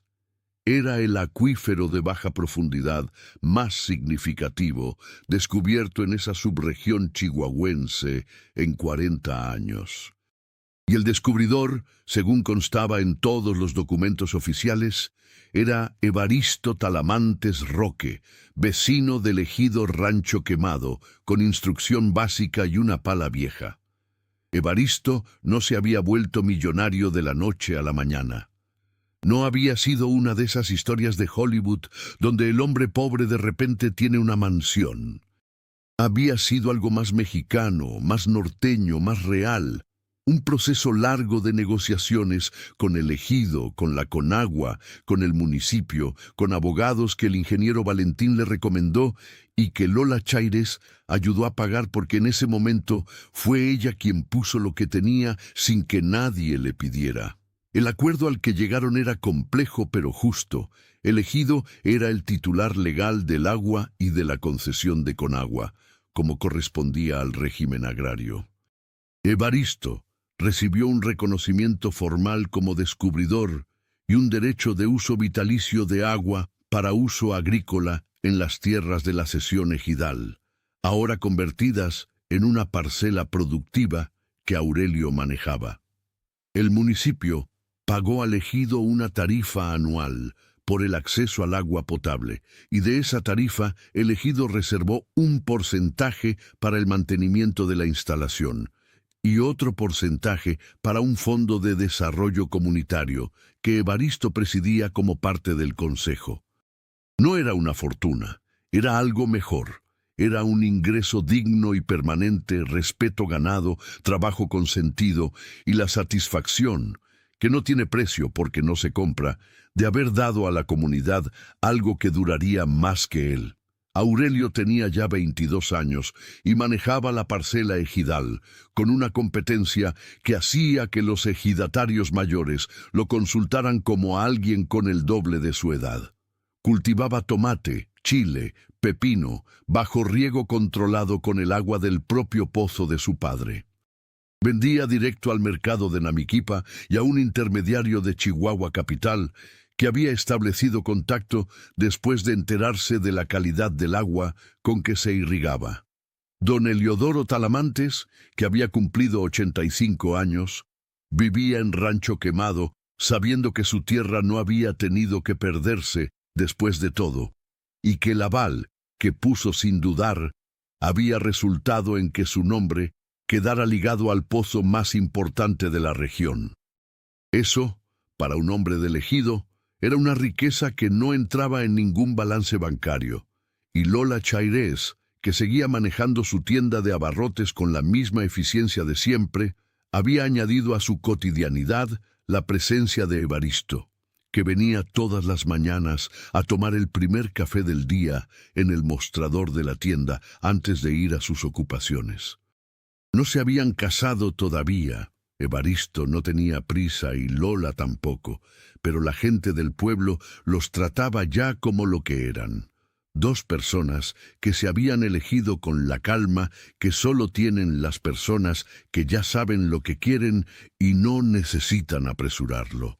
Rodrigo Altamirano Cos llegó a Rancho Quemado en una camioneta que ya no era la que tenía cuando era dueño de la venada.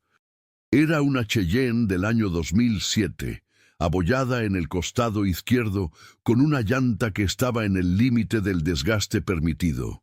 Llegó un miércoles por la mañana, sin avisar, porque no tenía manera de avisar. Ya no tenía el número de Evaristo y el número de la hacienda ya no era de la hacienda.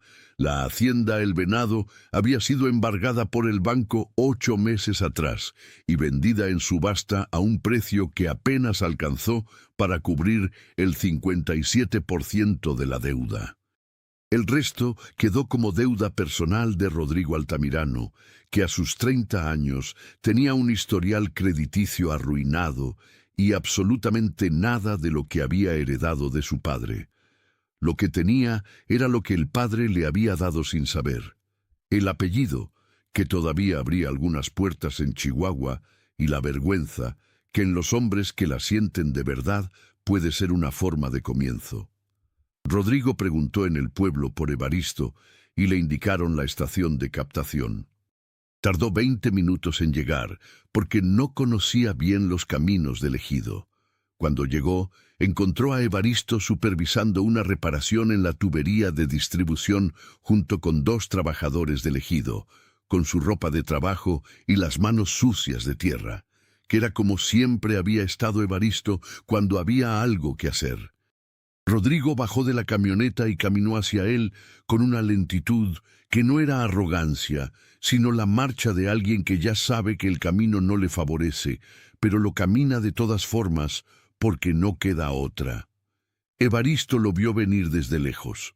Reconoció la camioneta, luego al hombre, y en el tiempo que tardó Rodrigo en cubrir los 50 metros que los separaban, Evaristo terminó lo que estaba haciendo, se limpió las manos en un trapo y esperó. Se miraron. Rodrigo tenía 3 años más que la última vez que se habían visto. 3 años que en él se notaban más que en cualquier otro hombre de su edad, porque los había vivido de una manera que no estaba acostumbrado a vivir, con incertidumbre, con escasez, con la humillación de perder en público lo que creyó que era suyo para siempre. Evaristo, dijo Rodrigo. Rodrigo, respondió Evaristo, sin el don que había usado la última vez. Un silencio. El viento del norte traía el olor de la sierra. ¿Tienes un momento?, preguntó Rodrigo. Tengo. Se alejaron del grupo de trabajadores y se sentaron en el borde de la instalación, sobre una barda de bloc que daba hacia el campo. 2 hombres en el mismo paisaje chihuahuense, en posiciones que nadie habría podido predecir 3 años atrás.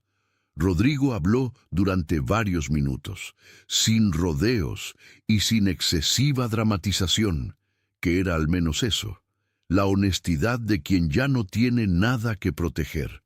Habló de lo que había pasado con la hacienda, del banco, de Graciano y de la traición que tardó en entender, pero que cuando entendió fue como un golpe físico, porque significaba que había sido un instrumento, no un agente. De los meses difíciles en Chihuahua capital viviendo con una tía, buscando trabajo en lo que podía, aprendiendo, tarde, muy tarde, lo que significa no tener lo que siempre se tuvo. Luego habló de por qué había venido. «Sé que no tengo derecho a pedirte nada», dijo. «Lo que te hicimos fue injusto. No solo la acusación falsa, que fue Graciano quien la armó, aunque yo la permití, sino todo lo anterior, no escucharte cuando advertiste lo del agua, no reconocer lo que sabías, tratarte como si tu experiencia no valiera lo que valía». Hizo una pausa. «Vine a pedirte trabajo». Evaristo lo miró un momento. «¿Trabajo en qué?» «En lo que necesites, en lo que sirva. Sé administrar algunas cosas, aunque a la venada no le sirvió de mucho. Sé manejar, sé reparar cosas básicas. Puedo aprender lo demás». «¿Por qué aquí? ¿Por qué conmigo?» Rodrigo tardó en responder. «Porque eres el único hombre que conozco que tiene razón moral para decirme que no. Y si tú me dices que sí, sé que es porque hay algo real que puedo hacer. No porque me estés haciendo un favor por lástima». Una pausa más larga. «Y porque me enseñó el pensar en lo que pasó aquí, que lo que mi padre tenía no era solo tierra, era conocimiento, tuyo, y yo no lo supe ver hasta que ya no lo tuve». Evaristo miró el horizonte del campo durante un tiempo que a Rodrigo se le hizo largo, pero que para Evaristo era necesario. Luego habló con la calma que tiene el hombre que lleva 3 años construyendo cosas en lugar de derrumbarlas. «El ejido tiene un proyecto de ampliación de la red de distribución de agua que va a necesitar a alguien que lleve los registros, que coordine los proveedores, que maneje los pagos con el municipio. No es un puesto de mando. Es trabajo de oficina con mucho campo y mucha gente que no tiene paciencia con quien los trata de arriba. El sueldo es lo que hay, no más». Lo miró directamente. «Si lo que quieres es recuperar el estatus que tenías antes, aquí no lo vas a encontrar. Si lo que quieres es trabajo honesto y empezar de nuevo, eso sí hay». Rodrigo no respondió de inmediato. Miró sus propias manos, que ya no eran las manos de cuando llegaba a la hacienda en vacaciones con la ropa cara. Eran manos de alguien que había tenido que aprender a hacer cosas que antes no hacía. «¿Cuándo empiezo?», dijo. Esa noche, Evaristo fue a la tienda de Lola Chairés más tarde de lo normal. Lola ya había cerrado el mostrador, pero no había cerrado la puerta, que era su manera de decirle que podía entrar. Evaristo entró, se sentó en la silla de siempre, junto al mostrador, y Lola le puso el café sin que él lo pidiera, porque ya lo conocía. «¿Cómo te fue con él?», preguntó Lola. En el pueblo ya se sabía que Rodrigo había venido. En los pueblos pequeños, esas cosas se saben antes de que terminen de pasar. «Bien», dijo Evaristo. «¿Le diste trabajo?». «Sí». Lola lo miró con esa mirada suya que no juzga, pero tampoco finge no ver. «¿Estás seguro?». «No del todo. Pero la duda no es razón suficiente para negarle a alguien la oportunidad de empezar». Una pausa. El chihuahuense de afuera era fresco y olía a tierra húmeda porque había llovido en la tarde.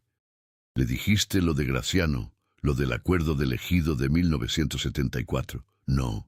«¿Por qué no?». Evaristo tomó un sorbo de café. Luego dijo algo que Lola guardaría como suya para siempre. «Porque no vine a verlo con la intención de ganar. Vine a verlo con la intención de hacer lo correcto. Y lo correcto no requiere que él sepa todo lo que yo sé. Requiere que yo actúe como el hombre que quiero ser, independientemente de lo que él haya sido».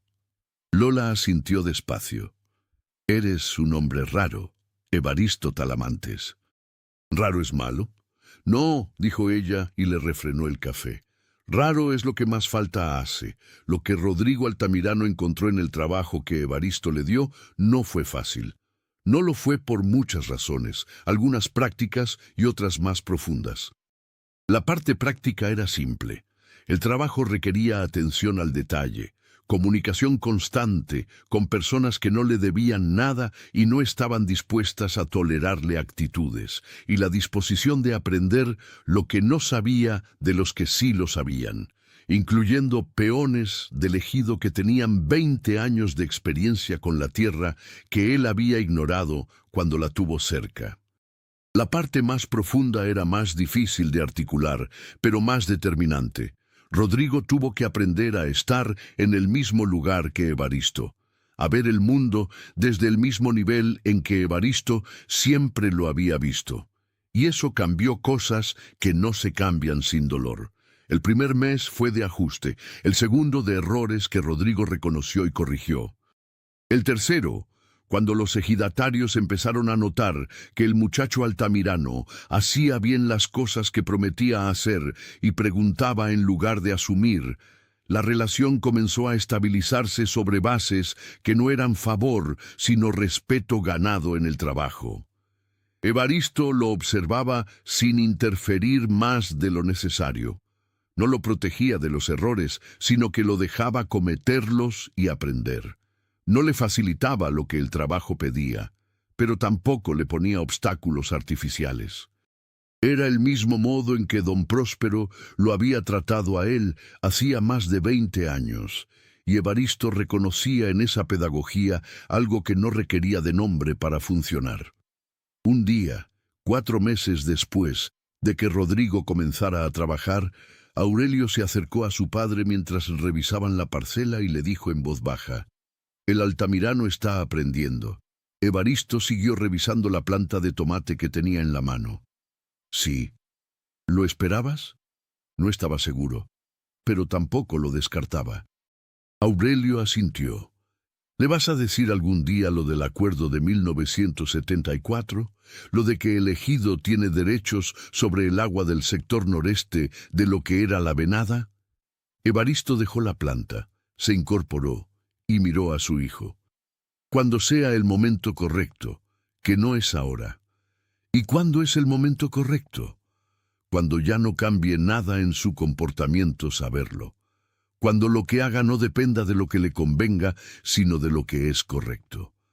Ese día, si llega, se lo digo». Ese día llegó 8 meses después, en una circunstancia que nadie había planeado. El municipio de Namiquipa estaba negociando la ampliación de la red de agua potable hacia 3 comunidades pequeñas que todavía no tenían acceso al sistema. Una de esas comunidades era el ejido El Remolino, donde vivían 42 familias en condiciones precarias, muchas de ellas acarreando agua desde pozos poco seguros a varios kilómetros de sus casas. El proyecto de ampliación requería acuerdo entre el ejido de Rancho Quemado, el municipio y un predio privado que tenía que ceder paso a la tubería. Ese predio era lo que quedaba de la venada, la parte que el banco había vendido al consorcio agroindustrial de Hermosillo, que todavía no había comenzado a operar en él. El consorcio pedía una compensación económica por el paso que, según el abogado del municipio, era excesiva y estaba bloqueando el proyecto. Fue Rodrigo quien, en una sesión de trabajo con Evaristo y el comisariado ejidal, propuso la solución. «Conozco a uno de los directivos del consorcio de Hermosillo», dijo Rodrigo con la incomodidad del que reconoce que ese conocimiento viene de un capítulo que preferiría no recordar. Es parte del mismo grupo que Graciano negoció con ellos cuando era asesor en la venada. Una pausa. «Puedo hablar con él. Explicarle que el beneficio de imagen corporativa de ceder el paso para un proyecto de agua potable a 42 familias vale más que la compensación que piden. Es el tipo de argumento que funciona con gente de ese mundo». Evaristo lo miró. «¿Estás dispuesto a hacer esa llamada?» «Sí, aunque eso signifique hablar de lo que pasó con Graciano y con la hacienda». Una pausa larga. «Sí, fue lo que fue. Ya no puedo cambiarlo, pero quizás puedo hacer que sirva de algo». Evaristo asintió. Rodrigo hizo la llamada. Tardó 3 días de conversaciones. El consorcio cedió el paso a cambio de un reconocimiento público en el acto de inauguración de la red, que para ellos valía como relaciones públicas lo que el paso no valía en términos económicos. El proyecto avanzó. 42 familias tuvieron agua potable en sus casas por primera vez.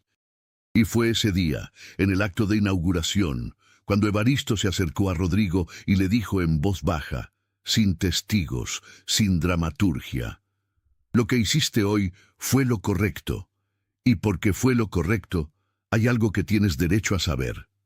Le explicó el acuerdo de 1974, los derechos del ejido, el documento que el abogado había registrado ante el RAN. El agua que hay bajo lo que fue tu hacienda no es del consorcio ni tuya ni mía, es del ejido.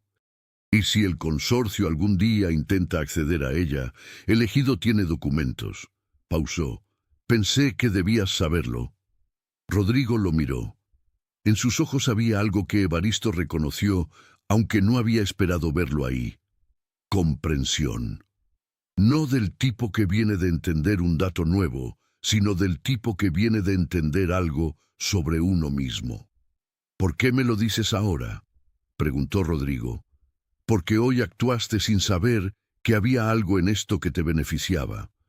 Y eso significa que ya no necesitas que yo te cuide la información. En Namiquipa, los pueblos tienen memoria larga.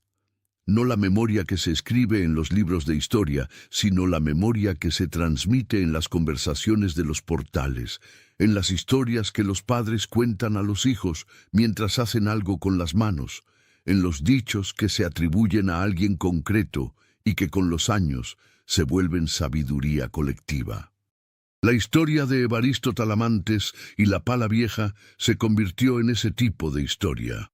La contaban los ejidatarios de Rancho Quemado a los visitantes del sistema de agua como quien muestra un monumento, con el orgullo sereno del que fue testigo de algo que importa. La contaban en el municipio de Namiquipa, cuando venían representantes de otros municipios a conocer el modelo de gestión comunitaria del agua.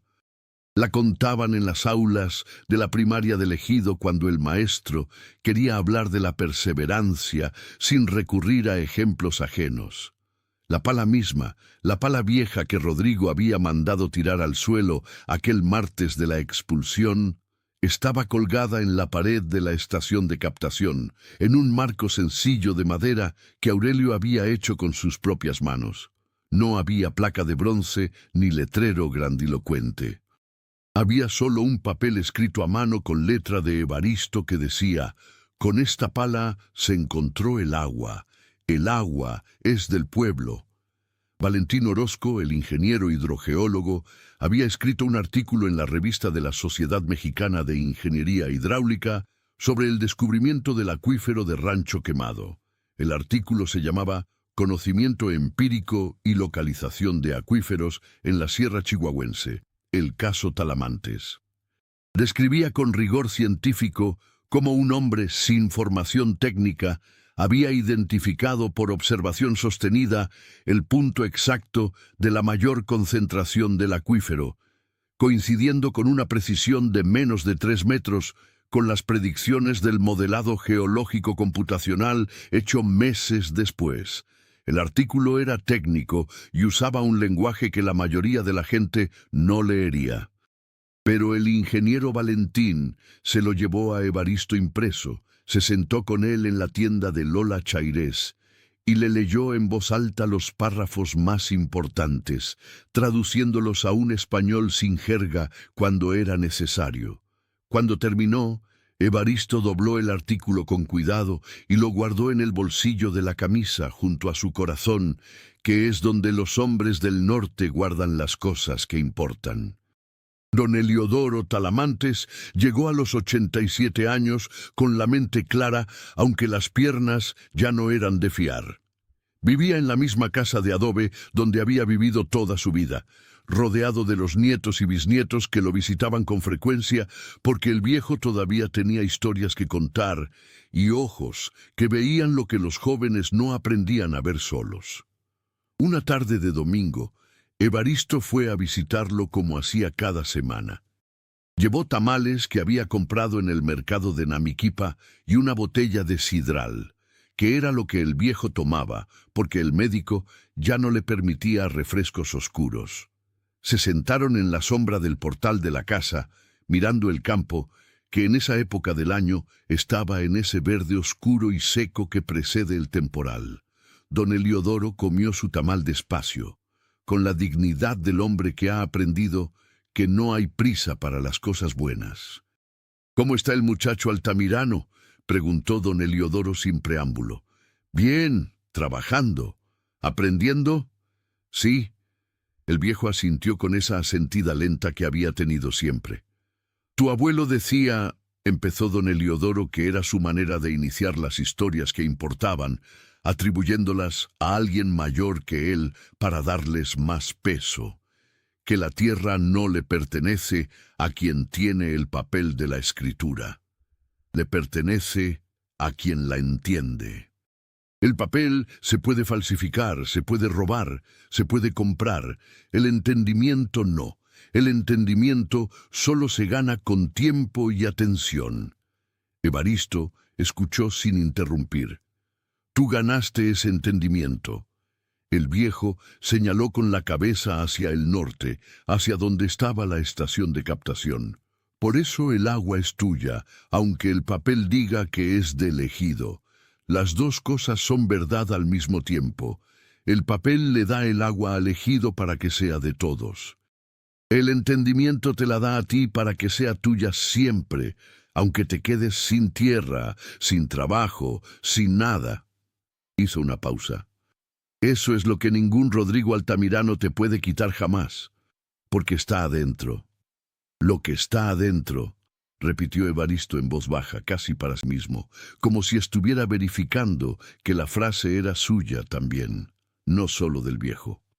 «Lo que está adentro», confirmó don Heliodoro, «es lo único que nadie puede expropiar. 5 años después de la expulsión. 4 años después del agua. Namiquipa en octubre, cuando los álamos del río se ponen amarillos igual que se pusieron la primera vez que Evaristo llegó a la hacienda El Venado con 30 años y 2 manos vacías. Evaristo Talamantes se levantó antes del amanecer, como toda su vida. Puso el café a calentar en la estufa de la casa que Lola y él compartían ahora, que era la misma casa de la tienda, pero ampliada en la parte de atrás, con una habitación para cuando Aurelio se quedara a dormir y una mesa en el patio donde cabían cómodamente 6 personas para cenar. Tomó el café de pie junto a la ventana, mirando el campo que empezaba a aclararse en el horizonte con ese gris perlado que precede al amanecer en el norte. La tierra chihuahuense a esa hora tiene un silencio que no es vacío sino lleno, cargado de presencia, como si todos los que han vivido en ella y sobre ella estuvieran todavía ahí, respirando lento en el frío de la madrugada. Pensó en Rosa, como pensaba en ella todos los días, no con el dolor agudo de los primeros años, sino con la ternura estable del amor que el tiempo convierte en compañía permanente, aunque la persona ya no esté. Pensó en don Próspero, que habría querido ver esto, y que en algún sentido lo había hecho posible con los años de enseñanza que Evaristo no supo agradecer suficientemente en vida. Pensó en la pala, en ese objeto sin valor que le habían tirado al suelo como si fuera basura, y que había resultado ser la herramienta que cambió todo. No porque la pala tuviera algo especial en sí misma, sino porque la pala estaba en las manos correctas, con el conocimiento correcto, en el lugar correcto, en el momento en que una persona con suficiente fe para cavar, sin saber cuándo terminaría de cavar, la tomó y fue al único lugar donde tenía sentido ir. Lo que a uno le quitan cuando lo humillan, pensó Evaristo esa mañana mientras el café se enfriaba en su taza, es la certeza de valer. Pero la certeza de valer no la pone nadie de afuera. La pone uno mismo, cavando en el lugar correcto hasta encontrar el agua que siempre estuvo ahí. Escuchó a Lola moverse en el cuarto.